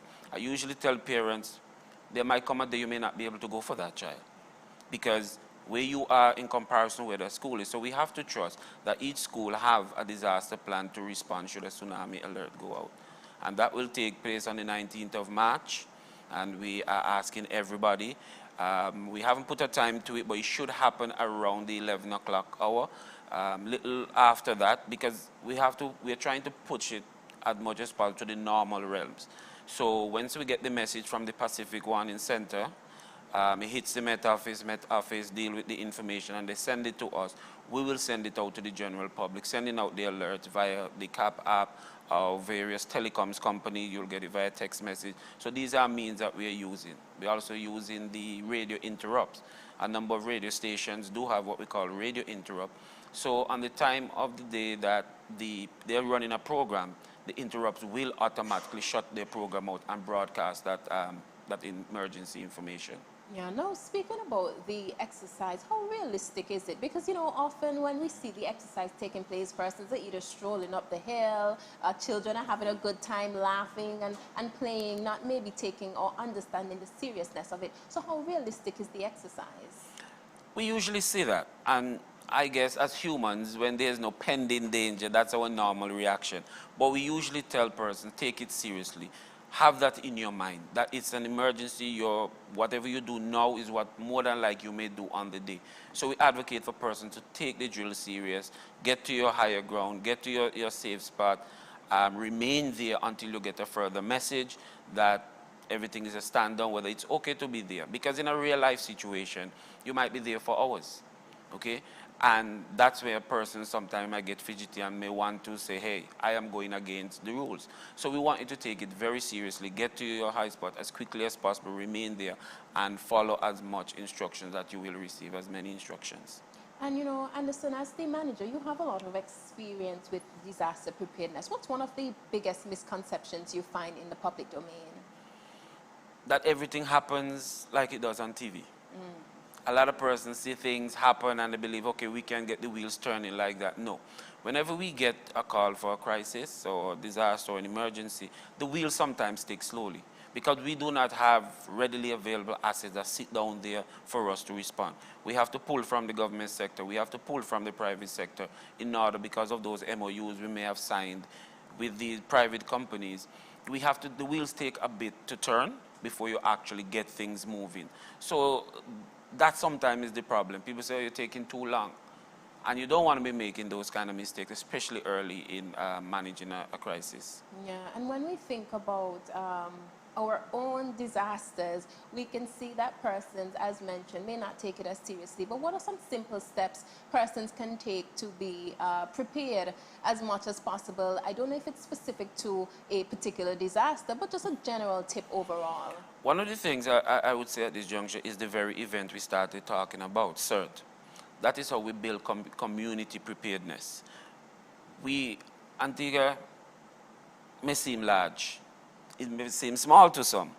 But when you look at communities, within the communities, we have seen that there might be cut-off points should there be a major flooding, should there be a major hurricane. So one of the ways we do it is to build resilience in our communities by training persons. Training persons in some of the training I mentioned, search and rescue, firefighting, medical, first aid. And what that does, as it builds the capacity within the various communities, it allows for persons to be resilient should anything happen and the professionals cannot get to them within a time span that is accommodating. And that is what the exhibition is about, for persons to come out, see what are some of these skills. It's not really a competition, it's just the 17 districts coming together, showcasing some of these skills that they have. I can tell you at this juncture, it is a free event. We're asking persons to come out, see those skills. We're looking more volunteers. So we're asking persons to come, sign up, get the necessary training, and be part of something special. You know, when we think about CERT, we think, as you mentioned, the community getting involved. How do persons join the response team? All right. All you need to do is to call us, 462-4206, or come to our headquarters on American Road. We can sign you up. Once we sign you up, we will know, depending on where you live, we'll put you into that district. Like I mentioned earlier, we have 17 districts. Barbuda is included. So Barbuda, they may be on their own physically, but they are part of us. So we'll put you into that district, and we'll put you on to a person that we call the disaster district coordinator. And that person who manages that district, they will bring you up to par with the various training that you will receive. Some of the trainings are shelter and shelter management. We have damage assessment. These are just some of the training. Because in every community, we want to ensure we have a group of persons who are trained to manage the situation until professional help arrives. So just come to the Nods on American Road, or you can call us as 462-4206. The day of the exhibition also, we will be registering persons if they need to want to be part of the volunteer element. Yeah. You know, the amazing thing about being a part of a response team is the opportunity to help as well, and the opportunity to feel empowered that you know what to do in the event of an emergency. It's almost like, you know, persons who go to train for the first aid. Like myself, if I see someone in pain and I know what to do, how to get them out. So I want to encourage persons to definitely register. Now, in terms of Carib Wave, what lessons do you find that, you know, yourself as a part of NODS, that you learn when you do these training? We tend not to want to be harsh on persons, but that is the harsh reality, that we have to find the faults, because the faults are what can actually kill you, what can hurt you or hurt others. So what we try to do whenever we're doing, and I can tell you at this juncture that a lot of schools, when they're doing the emergency drill, they call us to assess them. Some of the drills are announced, meaning they know date and time, and some are unannounced. And we look at where you went right, where you went wrong, and we give you feedback. So it's for you to better yourself. So when we give you those negative comments, it's not for you to feel bad about it. It's for you to say, hey, I'm going to better it. Just like when you were going to school, and a teacher give you that X and probably put a little comment, because they want to see you improve the next time. And that is what we do. We assess you, give you a report on where you went right, where you went wrong, so that you can better it, because lives are at stake, and that is something that we need to understand. Lives are at stake, and we just need to do what we need to do in a proper way. I really believe that this conversation can go on and on, but the exhibition is coming up and the regional training. So just remind persons of the upcoming activities and how they can be a part of it. All right, so the upcoming the first one is the CERT exhibition. That's on the 15th of March at the St. Johnson Sporting Complex. We will be there. It's a free event. It's a fun event. It's a family fun event, because that's what disaster management is all about, family and fun in some ways. So we're asking persons to come out, support the cause. You'll get to see those skills on display. Sign up to be a part of our volunteer element of disaster management. Just come, just see what's going on. You'll get a taste of what we do from time to time. And you'll also get the opportunity to see what the professionals do, just like our volunteers. The Caribbean tsunami wave exercise, that's coming up on the 19th. So we're asking on a national level everybody to participate. Register. You need to register with us. Call us 462-4206, and we'll give you some further instructions as to what you need to do in order so you can be accounted for. Because I would tell you, that's one of the things that the person that manage the Caribbean Wave do, is that they take the national numbers and they make it public.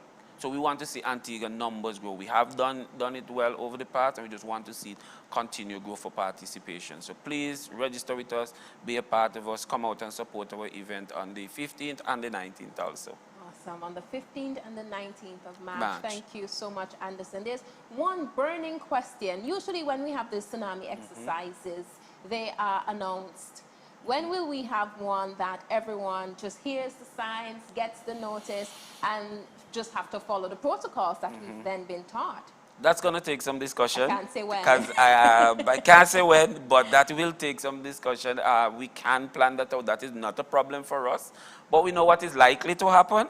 So we just have to make sure that certain key things are in place so we do not create panic. 'Cause that is an element when it comes to disaster response. We don't want panic. We want person to know what they're supposed to do and just take it the best way they can.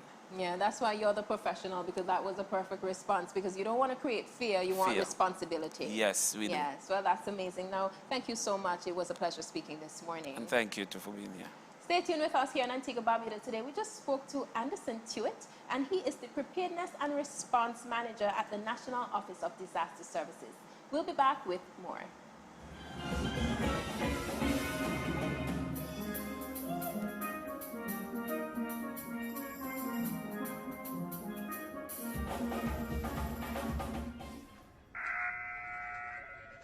Why is your phone making that sound? Girl, you didn't get the warning. A tsunami is coming. We have to get to higher ground now. You know I'm not on Facebook and all those social media stuff. Facebook? I'm not talking about Facebook. Look, girl, you better get with the technology and get the CAP app on your phone. You get a warning for any kind of disaster as soon as the authority knows. What? The app on your phone. Come, let's go. I'll wait for the news. Me gone. Go ahead. Don't be left behind. Be alert. Stay ready. Get CAP. Be prepared. A message from NODS and the partnership between UNDP, SEDIMA, OCHA, IFRC, and funded by European Union Civil Protection and Humanitarian Aid. Prepare Caribbean. Listen up. This isn't just another project. It's a chance to build the future of our nation. The government of Antigua and Barbuda has secured major investment through the Caribbean Development Bank to rehabilitate our nation's primary roadways, and we want our experts leading the way. We are officially calling on all local contractors to step up and submit your bids.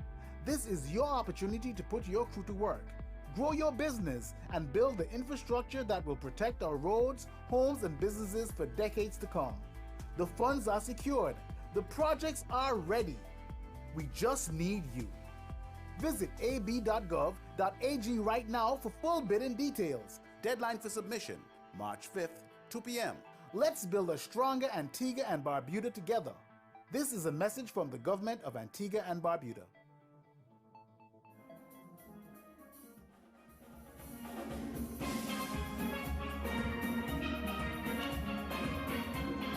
Today, we spotlight empowerment, growth, and connection as we welcome author and entrepreneur, my good friend, Corinne Norton, owner of KN Consulting and host of the 4th Annual VIP Women's Conference. And this inspiring event takes place on Sunday, March 8th. That's next week, Sunday, March 8th, at the John St. Louis Conference Center under the theme, Flourishing, Confident, Connected, bringing women together to grow personally, professionally, and spiritually. Good morning to you, my dear. Good morning. That was quite a mouthful. It is. You didn't even pause. It's because it's beautiful information. You didn't even pause. Let it sink in. I gotta let it sink in, man. How are you doing this morning? I'm doing well. I'm doing well. Happy to be here. Good morning to all our viewers. Now let's take it back from year one. What inspired you to bring this VIP conference for women? Because women are very important persons. Our women are caregivers. They are workers, employers, farmers, cooks, cleaners, everything. And we take care of other people 365 days a year. So I felt it was really important that women take a day, 4 hours, 1 day a year, Steve, to come. 4 hours. Just 4 hours, 1 day a year. Mm-hmm. To come sit with other women where they can receive nourishment, growth, inspiration, empowerment, where we can share, eat good food. That always has to be a part of it. Okay. But just time for us to refill ourselves, because the more we're filled, the more we can give to people like you and others. Oh, I love the sound of that. All right. Now, let's talk about the theme. Flourishing, confident, connected. What does this message represent women who will be or should be attending this conference? Okay, so we have 3 amazing speakers. Look at them The there. post only has 2. We had one that we brought in. She's been there from the beginning, but we couldn't put her on because she had a surprise. So Tashika Lavan will talk about flourishing. Every woman deserves to flourish, to be your best self, to grow, to take care of yourself inside and out. And so Tashika will deal with that topic for us. She's the best person for that, actually. Okay. And then we're going to talk about connected. How do we have sisterhood? How do we manage a support system? And our Senator Jamila Kerwan will talk to us about that. You know, Jamila and Tashika are 2 women who love Antigua and Barbuda, and they love to pour into other women. And that's beautiful. Yes, so Senator Jamila will talk about the connected nature of women and how we can form more important connections. And then our keynote speaker, who's flying in just for this event, is Julie Mango, Juliet Bodley. Many of you would have seen her on Facebook talking about mental health. She's very funny, very inspiring, and she will talk about... She keeps it real. She keeps it real, down to earth, yes. She will talk about confidence. We want every single woman in Antigua and Barbuda to build unshakable confidence. You see, like how you always talk about storms and disasters earlier? There are other storms and disasters that are not from the weather, but from life, right? And that's the one we're scared of. Yes, and so when women have unshakable confidence, they're able to deal with whatever life throws at them, and not only for them, but they teach others also how to be confident. So that's why we have those themes. And with a conference like this, what can participants expect to gain and experience from something like this? Meeting and sitting down with women who they might not even know, but they can help them. That's perfect that you don't know people. We get to meet other people. The networking is a big part of it. You know, based on our conferences for the last 3 years, a lot of persons have met persons who they've been able to share their business ideas with. And now we have almost like a cartel. Everybody's, you know, we buy from each other. Yes. We support each other's small businesses. So the networking is really, really important. We always have amazing food. Goddard Catering is one of our sponsors this year. Yeah, man, top of the line stuff. We can put on a wig and come. Yes. We have goodie bags for our persons, for our VIP women. We have giveaways and prizes. We get sponsorships from Colombian Emeralds, Flow Touch Therapies, Pro Lash. So we have amazing, like a latte. Wow. We have amazing sponsors. They give us lovely gifts.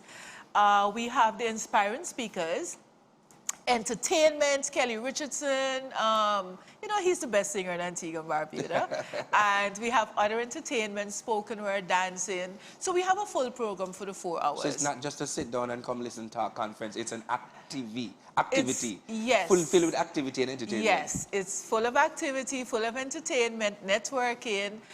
You meet professional women, down-to-earth women. It's going to be the event of the year for women. Before we get into the ticket prices and how much it is and what time and so forth, I want to give you a ticket this morning. You call me up at 4622996 and you can tell me, name 2 books that Karen, Miss Norton, KN, 2 books that she has. 2 books that she wrote, 2 books she authored, 2 books you know, that even if you want to Google it, you can look for it.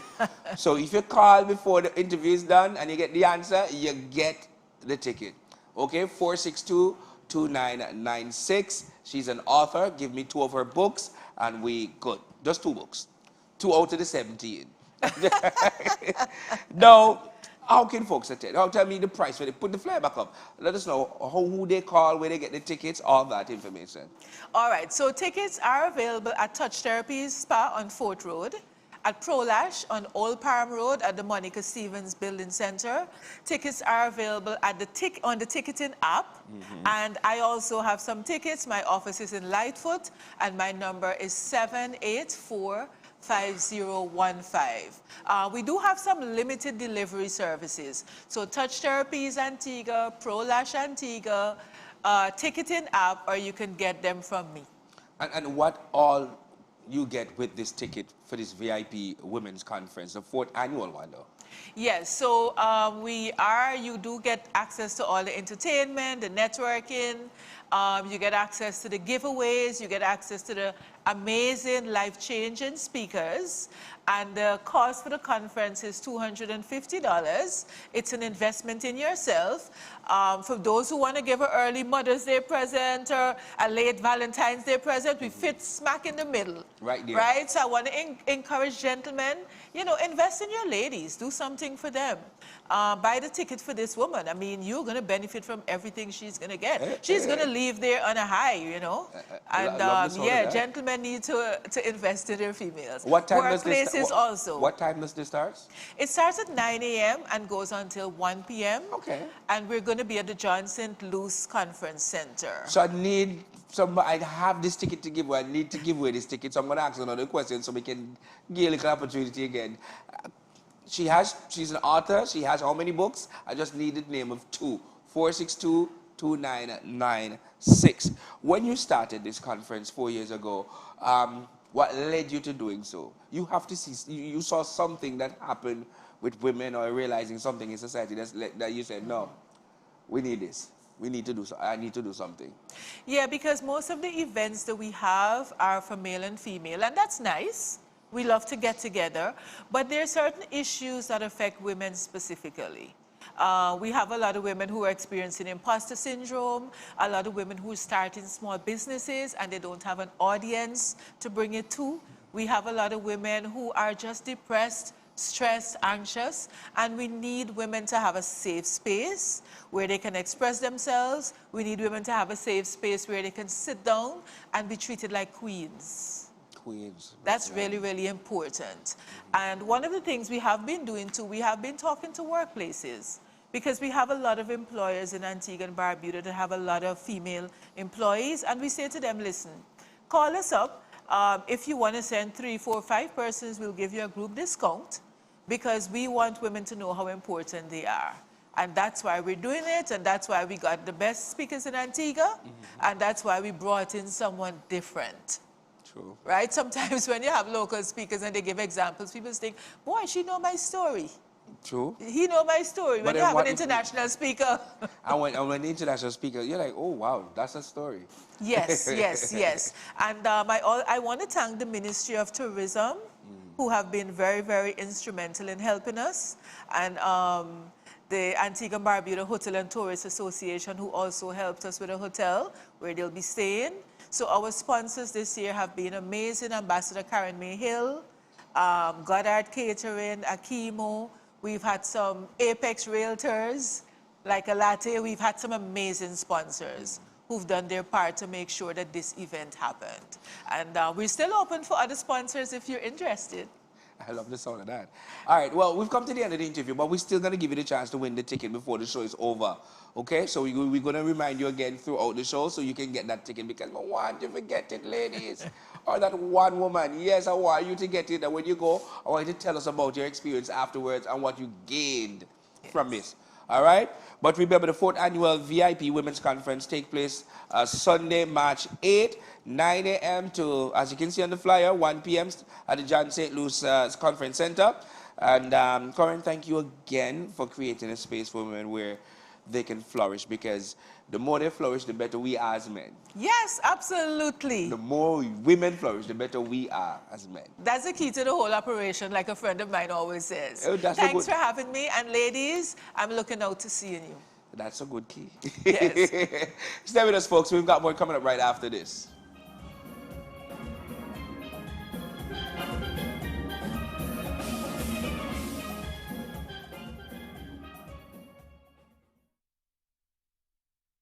Get unbeatable value you'll love. Find it only at Quartz. We've got the best range in appliances, electronics, furniture, and so much more with the best quality and the best prices. Get a free gift with purchase on select items. Save 20% on select bases when you purchase the matching mattress. Take advantage of great deals and huge savings. Treat yourself. Keep your cash with Quartz Ready Finance. Unbeatable value only at Quartz. Bringing value home. Conditions apply. Offer ends February 28, 2026. I thought this was safe until Willie the Worthless couldn't put me back together. But now my unattached hands will show you how easy and secure it is to file a medical claim on the CG United online portal. Get back here. Oh, my legs. What magic school did you go to? Ta-da! We can't reverse magic tricks gone wrong, but we can make it easy to file a medical claim on the online portal. CG United. Good like that. Government is always moving, and every week decisions are being made that affect all of us.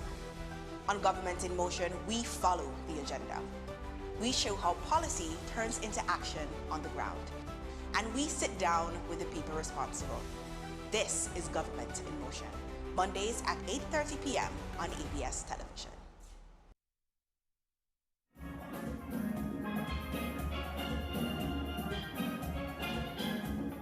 It is 8 a.m. here, right here in Antigua and Barbuda. And right now it's time for us to get our updates from APUA. Let me say good morning to you, Trina Palacio. How you doing? Good morning. Trina, good I'm morning. doing well, how are you? Trina. Good morning. Good morning. I haven't heard you in a while. How are you? I'm fine, thank you. And let us get our updates today from APUA. No problem. So good morning again, everyone. Let me jump right into it with where our mobile payment center will be located today. Today we will be at the Caribbean Cinemas on Forest Hill Road, so you guys could see us there from 9 a.m. to 1 p.m. And of course, you could get your services, including the payment of all utility bills. You could also go ahead and get your iNet services, including top-up. So see them there on the road remotely. You could just stop in and handle your business as you go about your day. We do have 2 electricity maintenance works happening today, one of which will be in a section of Dunbar. That will be from 8:30 a.m. to 2:15 p.m. We'll also be working in a section of Tradewinds, Halcyon, and Sandals. And that will be from 8:30 a.m. to 2 p.m. So you guys could look out for that. Of course, if you are experiencing some disruption outside of what I just mentioned, you could go ahead and give us a call at our electricity fault hotline, and that is 311. So you could give us a call. We do have some updates from our water business unit. We did quite a bit of work yesterday. So you may have seen on our social media some of the disruptions that we would have posted over the weekend. So far, out of what would have been posted yesterday, Longsford was repaired. So there were 2 leaks, and you guys could see that sorted out by now. So if you were in that area, you should be receiving water now. So our crews will be installing some blocks tonight in Bethesda and Collins. That should take about 24 hours. So you guys could see some effects of that for a bit, but by tomorrow you should be in good standing.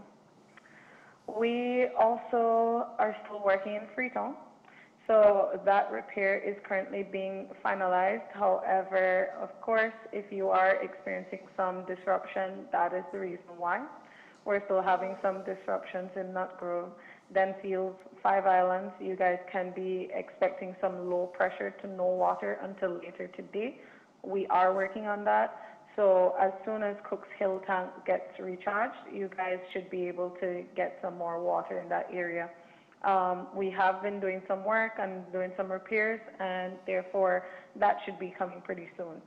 You guys in Bethesda and Newfield, like I mentioned earlier, you can expect some water this afternoon. There was a burst main line in Glanville, so a section of Glanville is currently isolated. However, we are working on the repairs. So, of course, if you're experiencing some disruption outside of what I just mentioned, you could go ahead and give us a call at our waterfall hotline number, and that is 211. Outside of this, you may be having an issue with your telecom through your internet, hopefully not, but if you are, you could go ahead and give us a call at 611. We do have a dedicated team at our information center that is ready to serve. So please give us a call if you're having some kind of issue, and we will see how we could get that rectified as soon as possible. Trina, do have a lovely day. You have a wonderful one, and I hope you had a great weekend. I did. All right, one quick bump, folks. We'll be right back.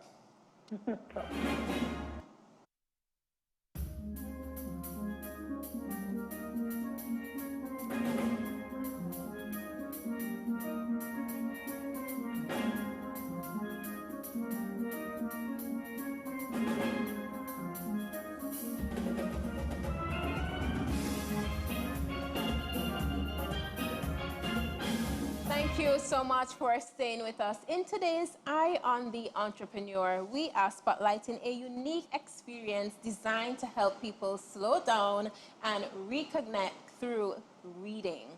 Now, the Quiet Your Collective, in collaboration with, and she said 268, sorry, I'm getting it a little mixed up here, but it's in collaboration with Dadley Spaces. Yes, ma'am. And they're hosting a monthly silent reading gathering.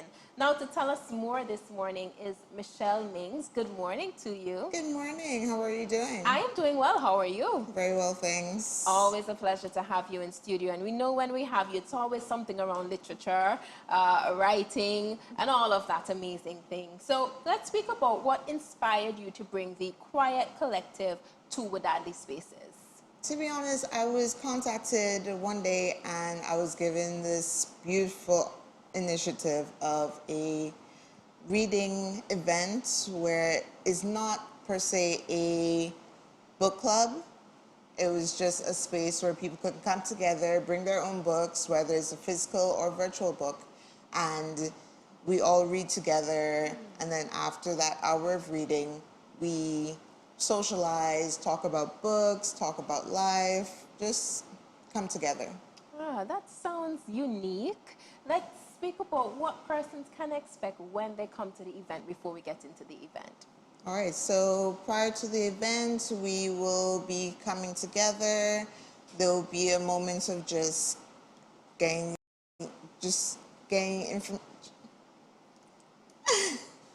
That's okay, happens to the best of us. So persons are going to, what can they expect? They're going to come, they're going to read, sit down. Yeah. And what happens after the networking part of it? What is your hope out of the event? We want this to be a monthly event. It's going to be every month on the first Sunday of every month, except for in April where it will be Easter, Easter Sunday. So we'll be doing it on the second Sunday.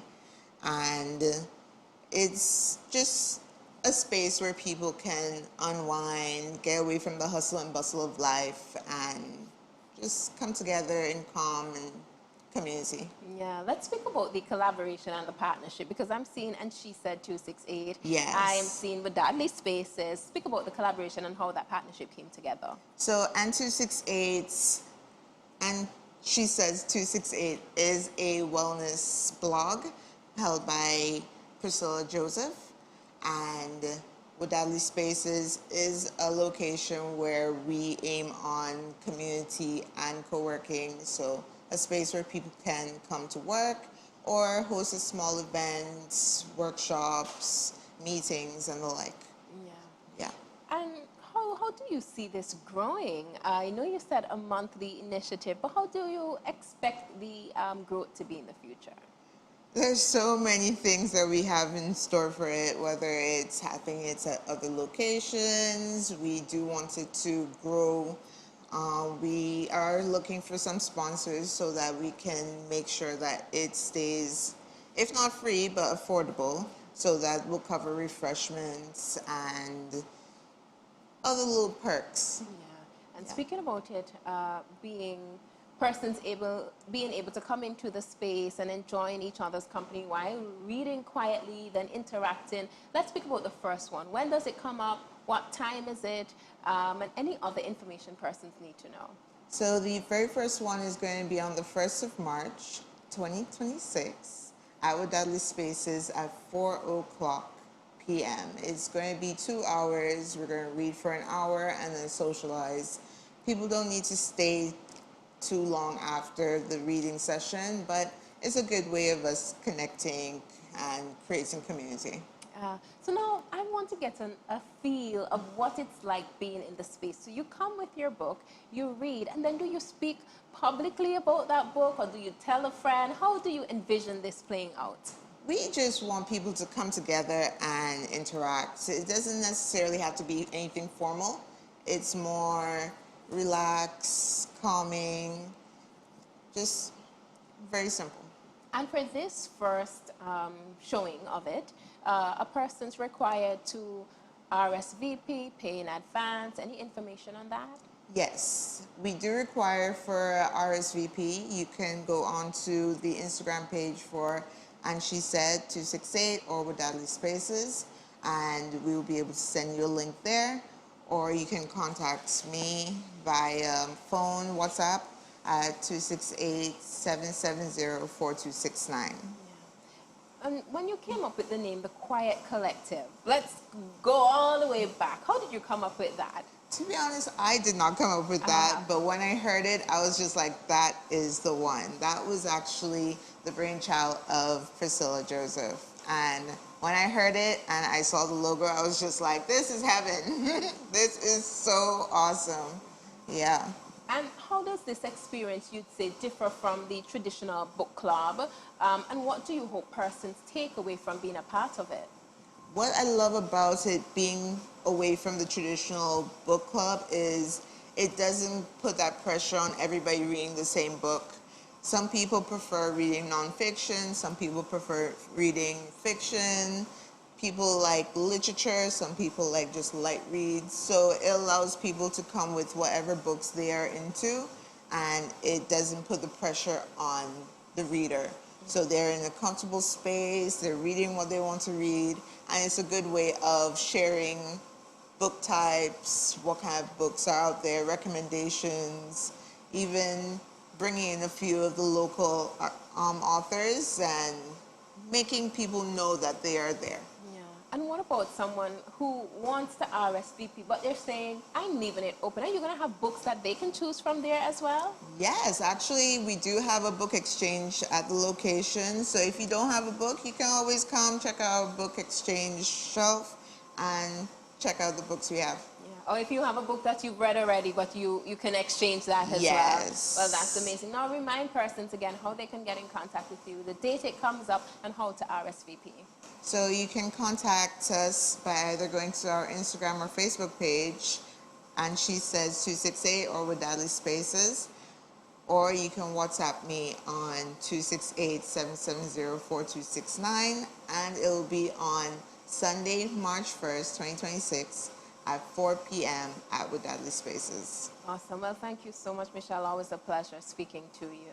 It was definitely a pleasure as well. Awesome. Now, I want to get it correct, so I'm going to say, And She Said 268 in collaboration with Dudley Spaces, and they present The Quiet Collective. We hope that you do register or RSVP to be a part of this difference in a book club, and that comes up on March 1st. Stay tuned. We'll be back with more.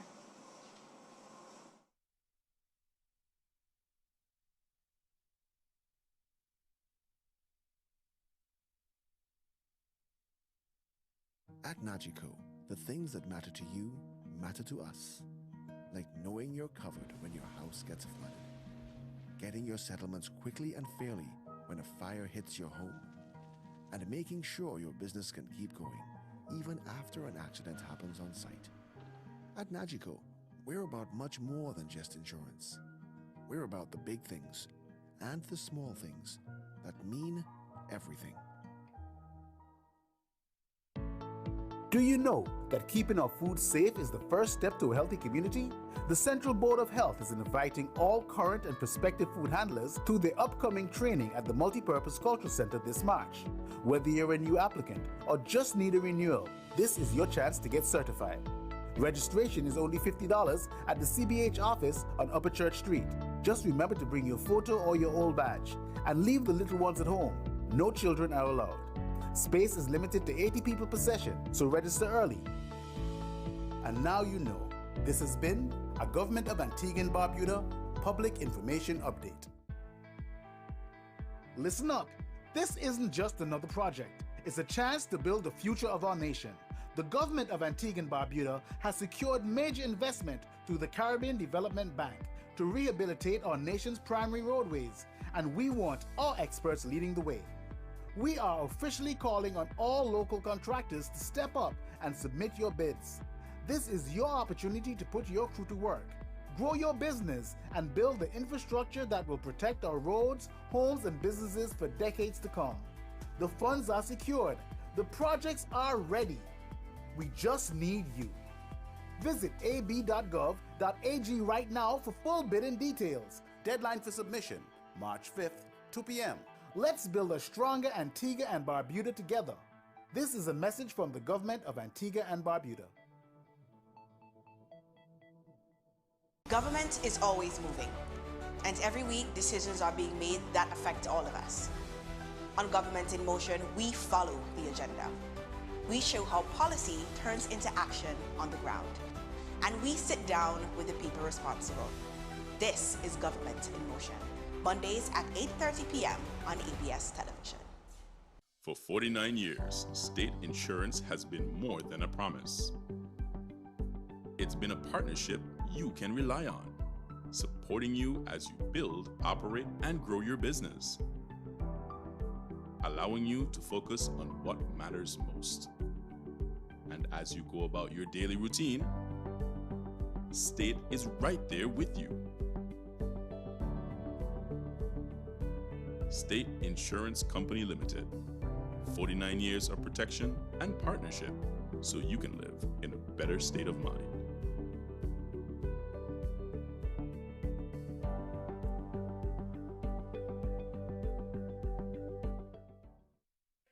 Visit myiNetHome.apua.ag to view your iNet home internet and landline bills, make payments, and manage your account details. To sign up, visit myiNetHome.apua.ag and get a recent bill to fill in your required details. Look out for more exciting updates from iNet Home in 2025. We're just getting started. Looking for an affordable home? Chapa has 4 beautiful models starting at just $117,000.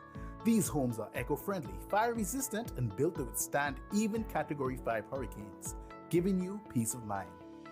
Learn more by visiting Visit Chapa and checking out the HBJ International, Guejo Antigua, or Innova tabs. And now you know.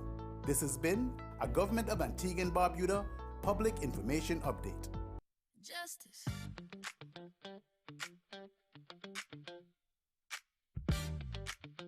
Justice. Know your rights and know your power. Thursdays at 8 p.m. only on ABS. Caution! Yeah. Kid Fresh in the building. You know it's your boy Richie. And we have an important announcement today. Antigua and Barbuda, while you're walking left to right, we'd like you to pick up each and every garbage you see.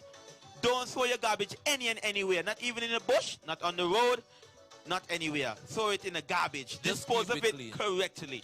Which you will say? Of course, do that. Important. Keep Antigua clean. Keep Antigua nice. From the morning sun to the moonlight. Love this land. It's yours and mine. Keep it clean. Keep it fine. Richie, what about the garbage? Take it and put it in the rubbish. The road is not the dump, okay? Right. Let's just keep it clean. Just keep Antigua and Barbuda clean. Let's keep it flourishing. Let's keep it looking good. Let's take up our garbage and keep it clean, man. Keep Antigua clean. Keep Antigua nice. From the morning sun to the moonlight. Love this land. It's yours and mine. Keep it clean, keep it fine. What we say? Keep it fine. Caution says so. Dispose the garbage. Your money dead.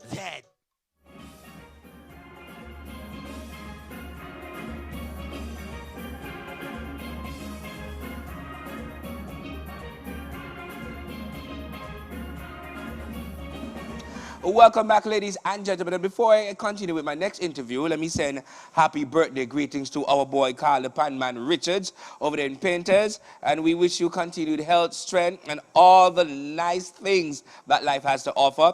You got greetings coming from your wife Nolly, your children Kia, Tekaira, and Khalid, and the rest of the family circle, and everybody here at ABS.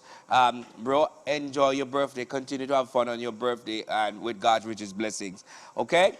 So, folks, right now, I've got good people with me, friends I've made over the years, being here on set, and we have a full class of people. I'm going to wave to them in the newsroom. I'm going to, wave back at me. Don't worry. You can't see me. I can't. Well, let's wave anyway. I picture them waving.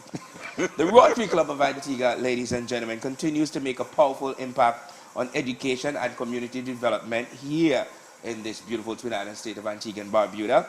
We're talking about sewing, support from partners including the Kirtland Downtown Rotary Club and visiting IT educators. Hundreds of students, they're still in the waiting room. I'm going to wait to them. We're going to meet them at some point throughout the show.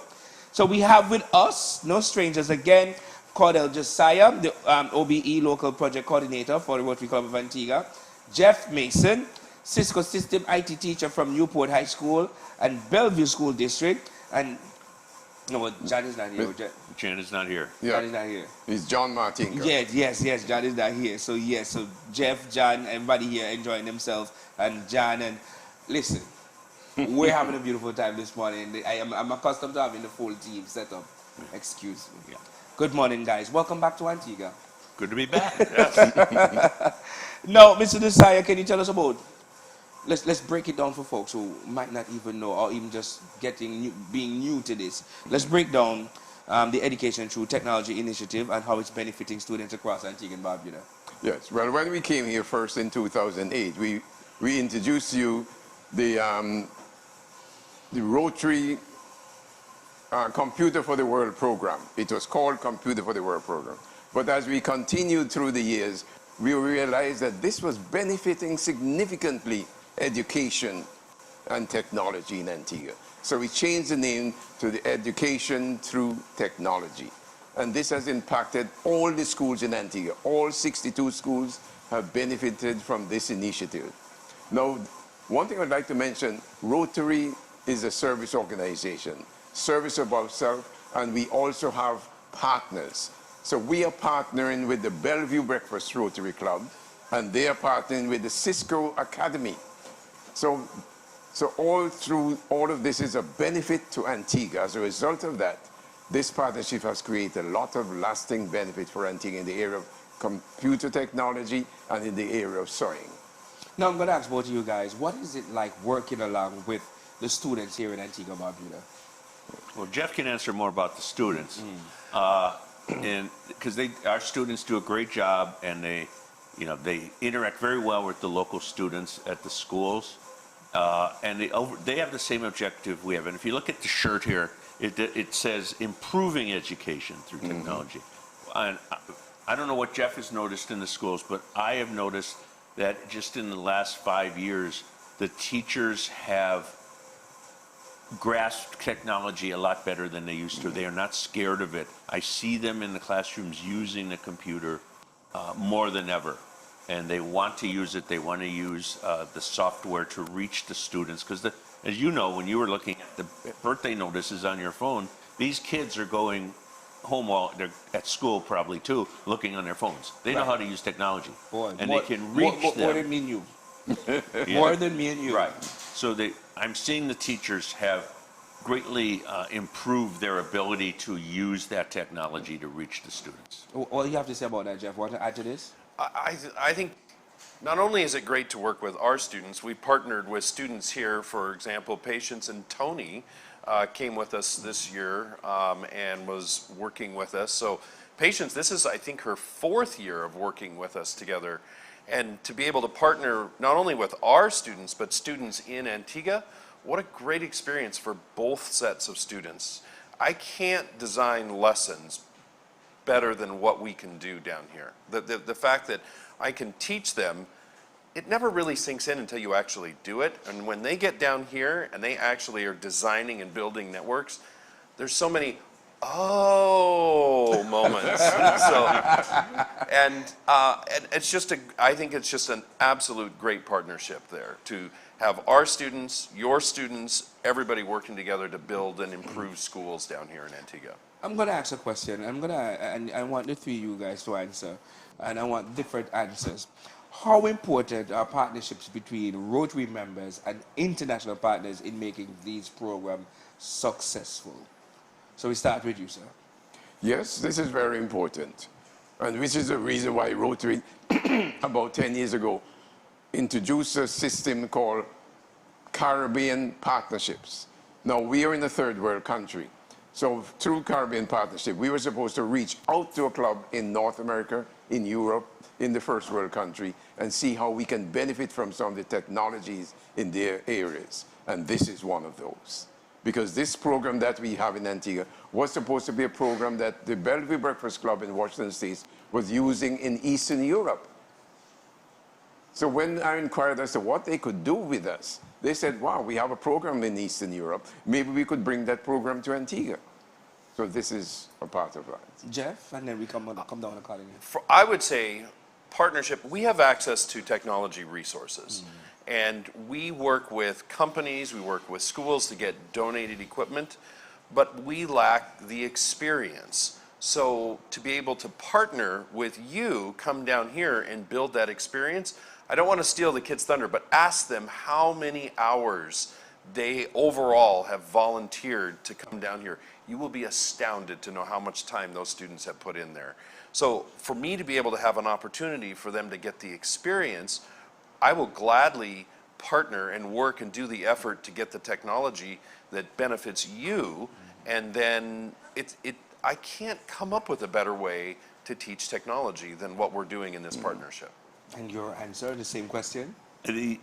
Since much longer than any of us here have been on this planet, Rotary has emphasized international projects. They have always felt that it binds people together, not just for that project, but to get to know each other. And they have areas of focus. Education is one of them, and it is very important. I think the basis of all economies are having educated people who can do a job and successfully do it to be productive. And so international has been Rotary's, one of Rotary's main focuses forever. So beyond donating laptops and equipments and everything, how are these initiatives help prepare students for the future? We'll be able to grasp concepts. And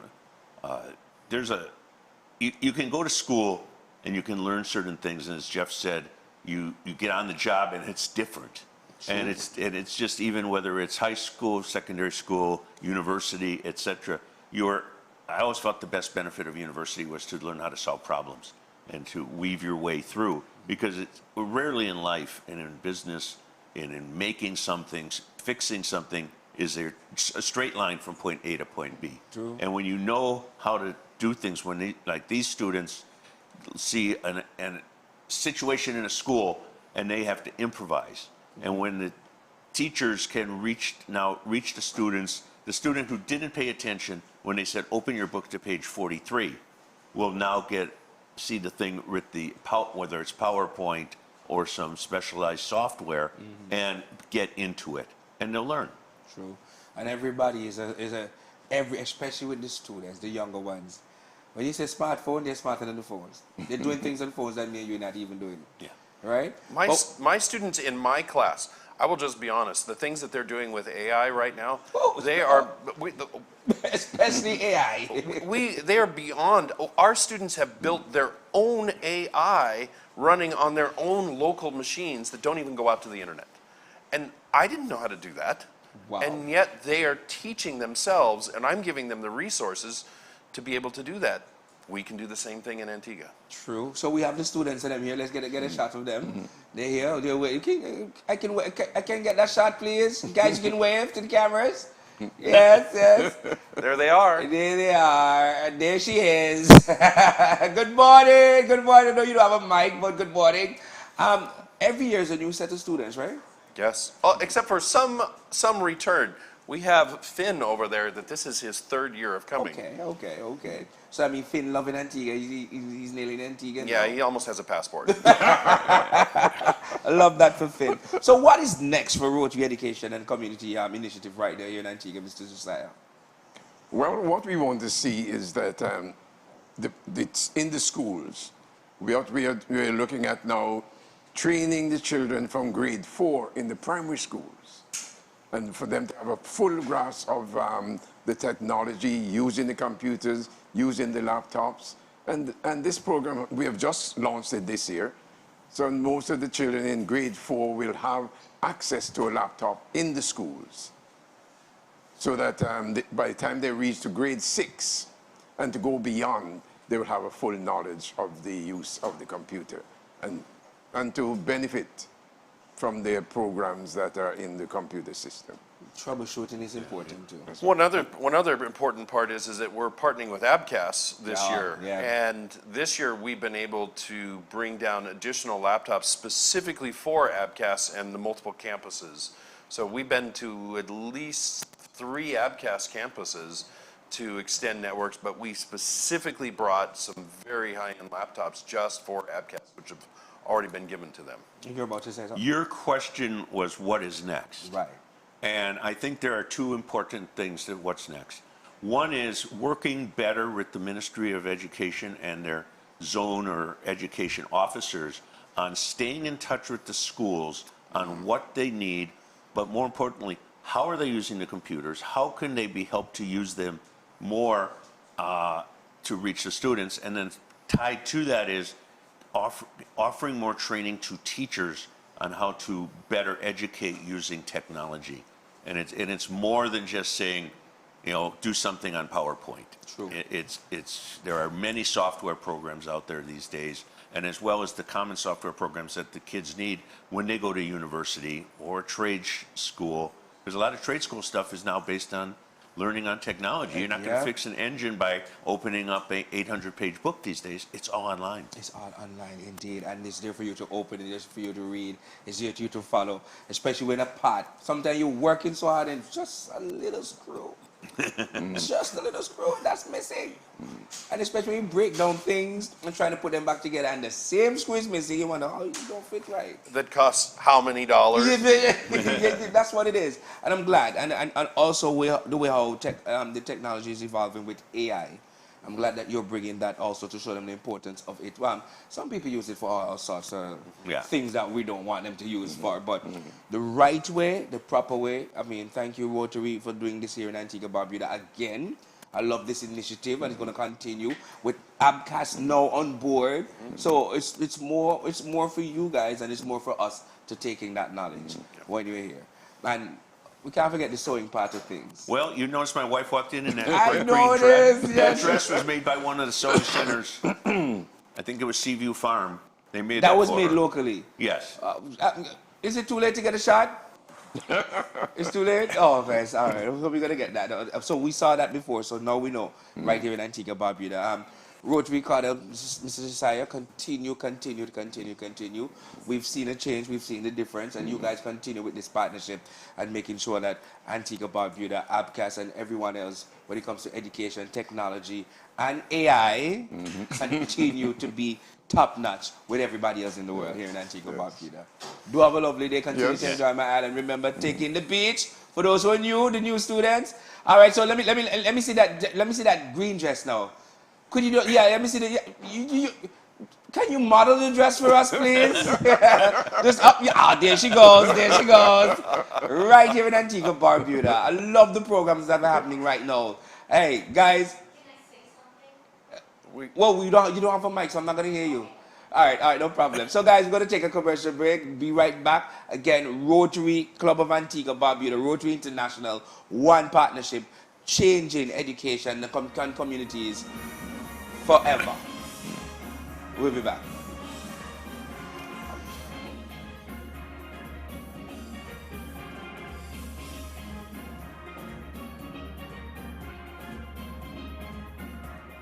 Honey, how about us go to English Hour for lunch? Oh, I'm not feeling well, babe. You go by yourself. Bring me back something later. All right. All right. Hey, meet me by the Cedar Valley Golf Course. We're going to Dawn till dusk. I'm taking you for lunch.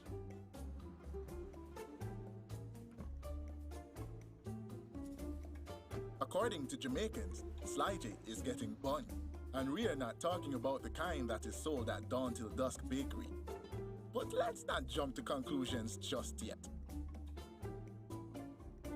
Dawn Till Dusk Bakery now has 2 amazing locations, Cedar Valley Main Road and Long Street, St. John's. Don't miss our Saturday and Sunday morning specials. Dawn Till Dusk Bakery, a place for the entire family. And well, you see what we mean. Get unbeatable value you'll love. Find it only at Quartz. We've got the best range in appliances, electronics, furniture, and so much more with the best quality and the best prices. Get a free gift with purchase on select items. Save 20% on select bases when you purchase the matching mattress. Take advantage of great deals and huge savings. Treat yourself. Keep your cash with Quartz Ready Finance. Unbeatable value only at Quartz. Bringing value home. Conditions apply. Offer ends February 28, 2026. Need to fill a prescription? Great news! The new medical benefits scheme pharmacy at Villa Polyclinic offers same-day service. We're open Monday to Friday, 8 a.m. to 12 p.m. For details on all MBS pharmacy locations and services, call 481-6366, 6367, or 6368. And now you know. This has been a Government of Antigua and Barbuda Public Information Update. Government is always moving, and every week decisions are being made that affect all of us. On Government in Motion, we follow the agenda. We show how policy turns into action on the ground, and we sit down with the people responsible. This is Government in Motion, Mondays at 8:30 p.m. on ABS Television. Listen up. This isn't just another project. It's a chance to build the future of our nation. The government of Antigua and Barbuda has secured major investment through the Caribbean Development Bank to rehabilitate our nation's primary roadways, and we want our experts leading the way. We are officially calling on all local contractors to step up and submit your bids. This is your opportunity to put your crew to work. Grow your business and build the infrastructure that will protect our roads, homes, and businesses for decades to come. The funds are secured. The projects are ready. We just need you. Visit ab.gov.ag right now for full bidding details. Deadline for submission, March 5th, 2 p.m. Let's build a stronger Antigua and Barbuda together. This is a message from the government of Antigua and Barbuda. For 49 years, state insurance has been more than a promise. It's been a partnership you can rely on, supporting you as you build, operate, and grow your business, allowing you to focus on what matters most. And as you go about your daily routine, State is right there with you. State Insurance Company Limited. 49 years of protection and partnership so you can live in a better state of mind.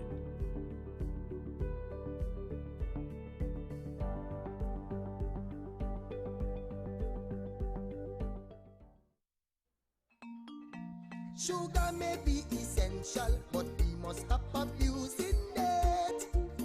Pampadoy, it can be detrimental, so let's pick up some good habits. Pampadoy, soda and juice are really putting your little life at risk. Pampadoy, you may eventually get heart disease and diabetes. Hey, hey, hey, you can live a longer life, I say. Drink less sugar, be it at your home, at school or play. Drink less sugar, lessen the rising obesity. Drink less sugar, you will appreciate it one day. Drink less sugar, hey, drink less sugar, not dilute it with water. Hey, drink less sugar, just drink up plenty water. Hey, drink less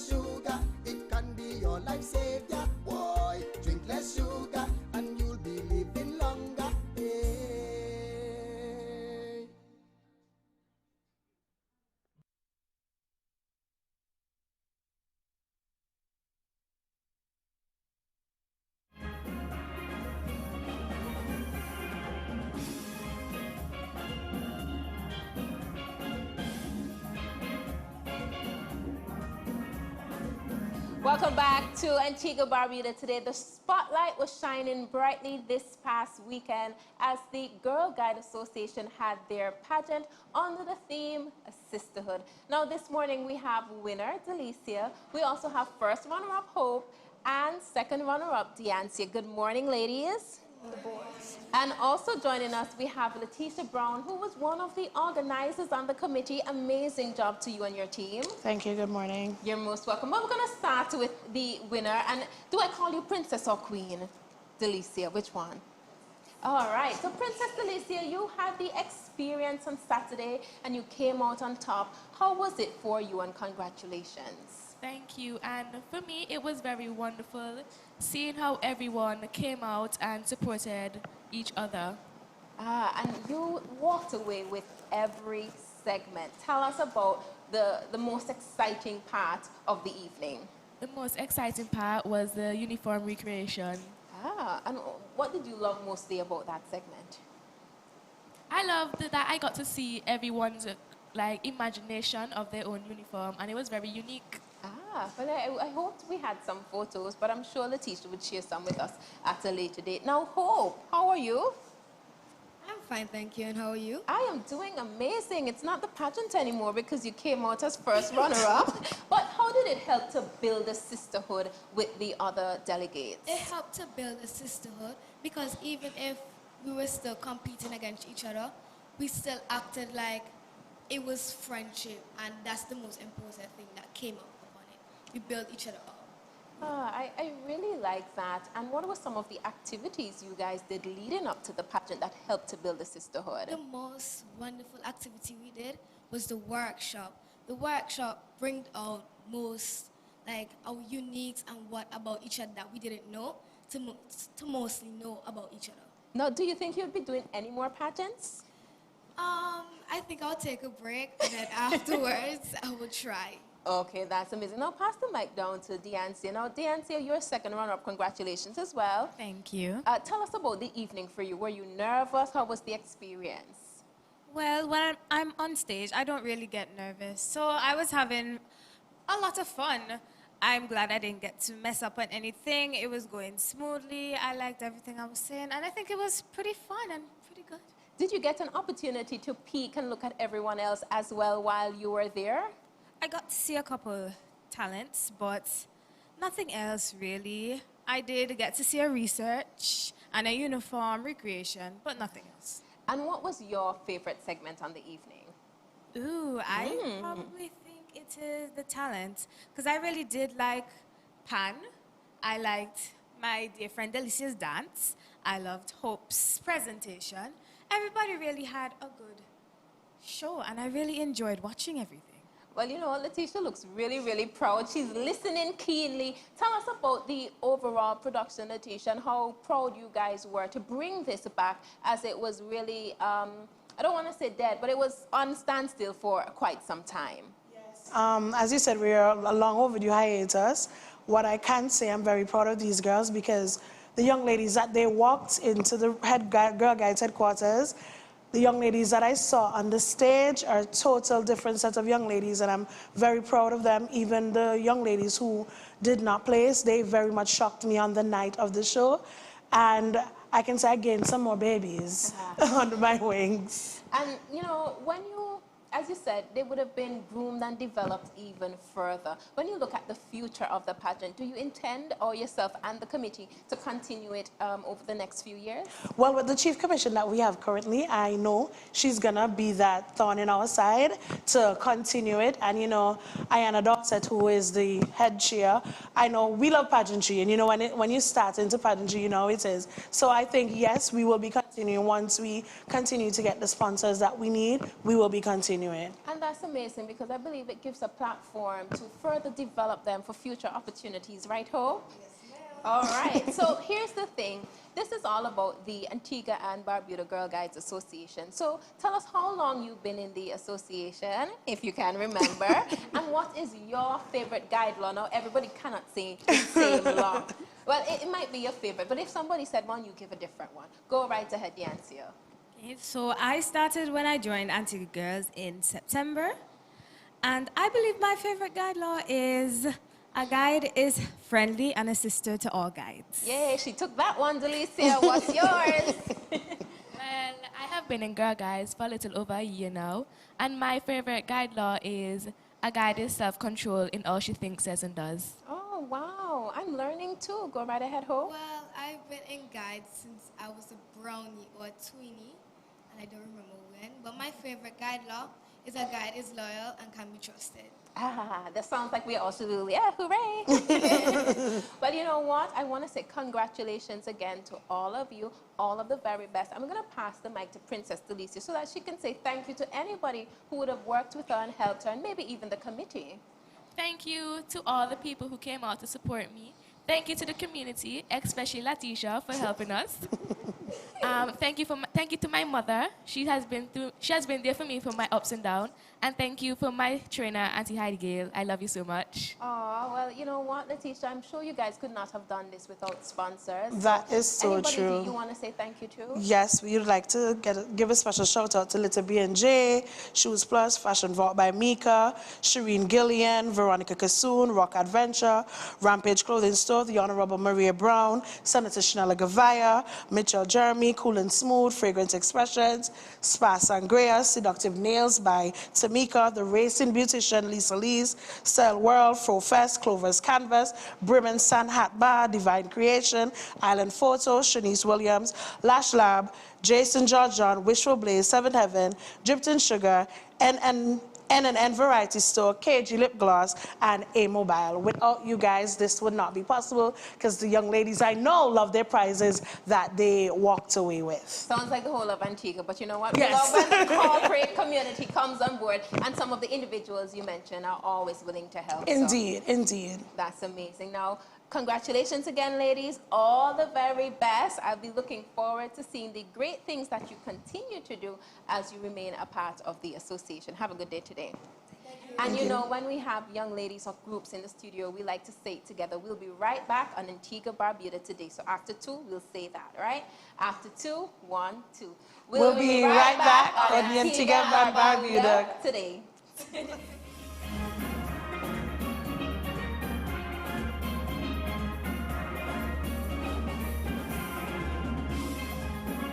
House Calls is television tailor-made for your health. Join ABS TV every Tuesday evening at 8:30 as we delve into all facets of your health and well-being. Hear from doctors across every area of medicine on how you can safeguard your health. Join the conversation on telephone and on social media. House Calls at 8:30 p.m. every Tuesday on ABS. To your health. Need to get tested? We offer free and confidential testing for HIV, syphilis, and hepatitis B at the AIDS Secretariat, Long Street. Get your results same day. Call 462-5039 to book your appointment today. And now you know, this has been a Government of Antigua and Barbuda Public Information Update. Hello, this is Sir Richie Richardson. I believe a healthy nation begins with a clean environment. Years ago, before weed whackers and lawn mowers, we used to use something called a licker. And I'm sure most of the young people today don't even know what a licker is. But it's a simple piece of flattened metal to cut the grass in and around our yard. As children, we looked forward to it because keeping the yard clean was a source of pride. That same pride is what we need today. Just like in cricket, each of us has a part to play. Whether it's cleaning up around our homes, planting a tree, planting flowers, or joining a community cleanup. Tourism is our main industry, and when visitors come, they should see the beauty of our island, not litter on our streets. Together, we can stop littering. Together, we can protect our environment. Together, we can show the world the best of who we are. Take pride, do your part, and always remember, love where you live.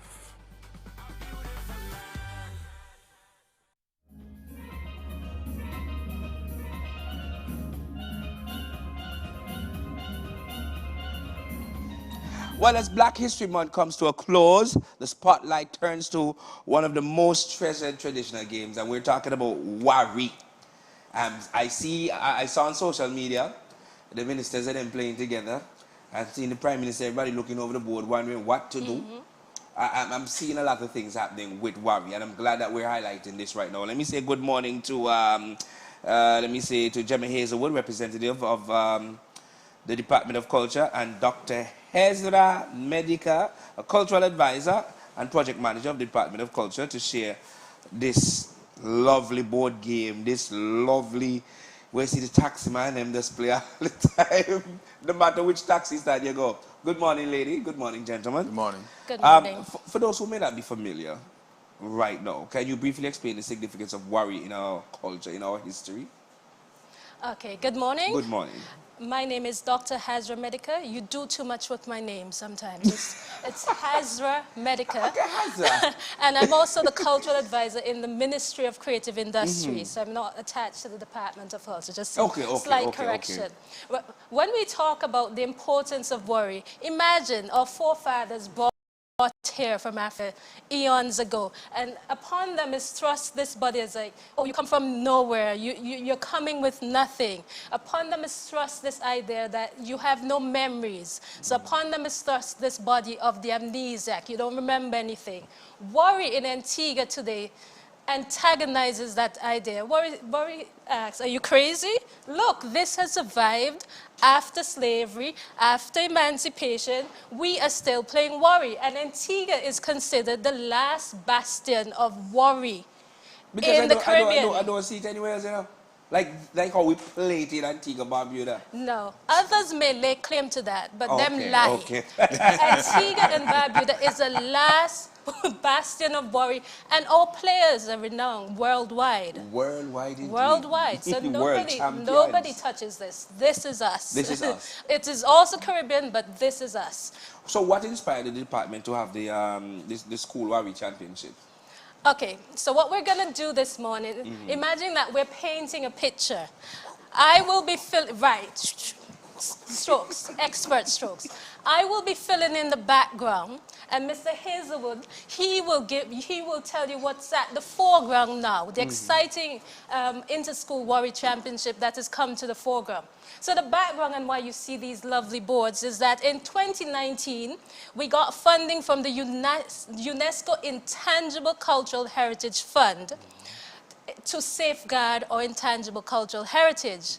And a big output from that will be the creation of our first ever inventory of intangible cultural heritage. Now you hear the kind of big words. What does that mean? It simply means, you know, our living traditions, practices, skills. So, you know, fungi, the way we cook fungi, or performing arts, the calypso, the way we talk, things like that. When you hear the word intangible cultural heritage, don't get scared. That's what it means. So we got the funding for this project, and it's an immense opportunity. I'm sure for years you've heard people lamenting, oh God, culture dying, what are we going to do to survive? This project from the Department of Culture within the Ministries of Creative Industries is the answer to that. So, but we're going to jump ahead.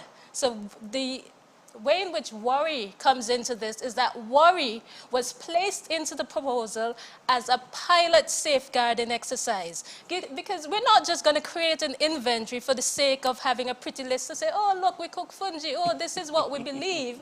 But it is for the intent of safeguarding, so that one day in the future, you know, the question isn't going to be, do we put raisins in dukana? But people might be wondering, what is dukkana? How do you pronounce dukana? So this project is geared towards addressing that. And worry now, this is the pilot safeguarding exercise we're using to to learn the lessons as to how do we go about safeguarding an element. So when we're done, and I say done loosely, this project, the Worry Revival Program, sits within the National Intangible Cultural Heritage Project. And it comes to an end in terms of the training of youths and adults this February, and end with the formal funding. But worry is never going to die in terms of the training program. So the target was to train 550 youths, 50 adults. We started in August. We're now in February. We done surpassed that. Long time, but we're still training. We've been into 18 schools. And when I say we, I'm talking about the Antigua and Barbuda Warrior Academy, as led by Mr. Trevor Simon, World champion. Kambui Charles, and Mr. Derek. Now, Peter Derek, that is. So we've done that. So I had a meeting recently with the minister. I've never seen the minister so excited until I pulled out boards. I gave him the updates, and immediately he said, you know what, we should have an inter-school Warrior Championship. And here we are. So I've given you the background, and now I'll turn over to Mr. Hazelwood, who will tell you about the exciting prospect. So let's get into the inter-school championship. Mr. Hazelwood. Yeah, so like Dr. Medica said, you know, the minister, a Warrior player himself, yeah, a Warrior player himself, he was quite excited by the idea, so they offered to have a, thought it was a good idea to have an inter-school Warrior championship. So we immediately started to contact the various schools. It's an open invitation for all schools across Antigua and Barbuda to come on board, be a part of this important initiative. So we're culminating the Black History Month with this Warrior Championship, right? And like I said, we've been getting a lot of good feedback from many of the schools, many of the players. Mr. Simon has done a wonderful job with his team going into the schools, so we do have Warrior players in quite a number of the schools. The reason we extended it beyond just the schools that Mr. Simon would have had the pleasure of interacting with is because you may have people in other schools, students in other schools who would have played with their uncle or their grandfather or their grandmother. So we extended it beyond. And what better way to move a heritage and a cultural project forward than to have the youths involved, right? So this is something that we're quite excited about. We're looking forward to it. It's going to be on the 28th of February, so the very end of Black History Month. We're ending with a bang by having this super exciting tournament. We have the support of Mr. Simon and his association to help us, to guide us through this tournament, being a Grandmaster, and we are lucky and fortunate to be able to say we have a Grandmaster on board, so you know this is going to be something very exciting. How many schools participating? So it's open to all schools. We're still accepting registrants. I mean, the date should have passed, but we're so excited about it that it's still open. So we have quite a number of schools. I can't give you the exact number right now, but as of Friday, we still have schools that were coming on board. So we don't want to restrict anyone from participating. It's the first one, so we really want to have as many of our students getting the opportunity to compete. And you know how it is with competition, and it's an inter-school. Yes, especially with schools. So we have inter-school basketball, football. We're now having inter-school Warrior as well. So this is something that we're looking forward to in future to continue. Listen, and how important it is for parents and teachers and the wider community to support a project just like this? Well, a project like this is important because, as Dr. Medica said, we often speak about our heritage and our culture, and here it is, something that has been moved forward from slavery, something that we brought from Africa with us that has become an important part of our culture. So it's important to have the buy-in from the teachers, from the students, and from the parents to help encourage these students to embrace this game. And one thing I learned from the Grandmaster, all them sitcoms and movies we watch with the kings and queens and this and move, that, the strategy, the mental strategy, the mental thing, it's from games like this. Yes. And the game is critical. It's a mathematical game, right? So it helps our students even in their critical thinking skills, in their strategy, in their mental math, because you have to do a lot of mental math. I was watching a presentation that Mr. Simon would have done a few years ago explaining the mathematical side of the game, and it's really interesting that even myself, I'm thinking of starting to play Warrior. But I don't know if I want to because I'm very competitive, so I might start obsessing about it. Dr. Medica, I'll give you 30 seconds. We have about 30 seconds left. Final word on the importance of this and what happens after the tournament. What is next for what we are promoting when it comes to Warrior? Okay. Well, the proposal was built with sustainability in mind. This is not no hit and run. This is not you go into the schools. So far we have the ABWA, the Antigua and Barbuda Warrior Academy. They've been in 18 schools, and prior to that we hit even more schools in August when we had the August long session last year. So what I want people, if there's nothing else, that people will leave this interview with, is that this is something that will continue. And I don't know if you might have seen recently, I went to Cabinet and I gave a presentation. Yes, and they commended the progress and they're fully on board. Particularly with a program like this, because we talk about, you know, the championship, we talk about training people how to play Wari. There are 2 other components which involve a tree planting exercise, so you'll be seeing more of the trees that produces these, what we call knickers. And there's also a Wari board making exercise. How are you going to teach children and adults how to play the game, but they don't have boards? So this is something that you will continue into the future.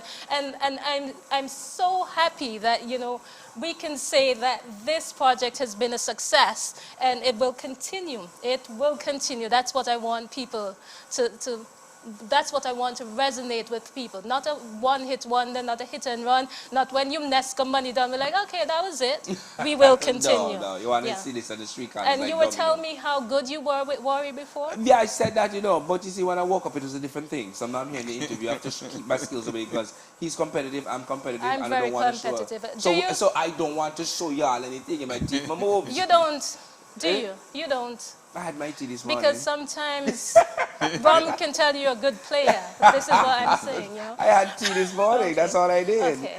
But Doc and Gemma, thank y'all again for being here. I know once this tournament kicks off on this weekend, you must make sure ABS is involved. You must make Yes, sure we've already sent invitation to ABS to be there. Good. It starts at 10 a.m. on Saturday. Okay. We're really inviting students, teachers, parents to come out, experience it. It's going to be at the Johnny St. Louis building.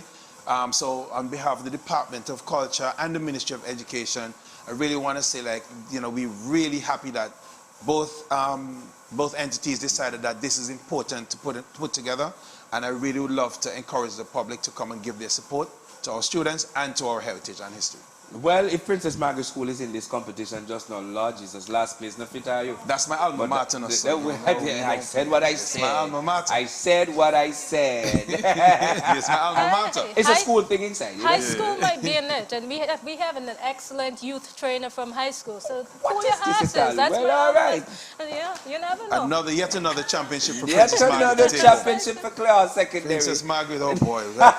Folks, we've come to the end of our show today. So on behalf of the entire cast and team, Raynell, Ursil, the entire crew, Gemma Hazelwood, Dr. Medical, let me tell you, Wari is a big thing. We got to look out for that this weekend. Clare Secondary School is going to show them how it goes. And we'll see you all tomorrow. Have a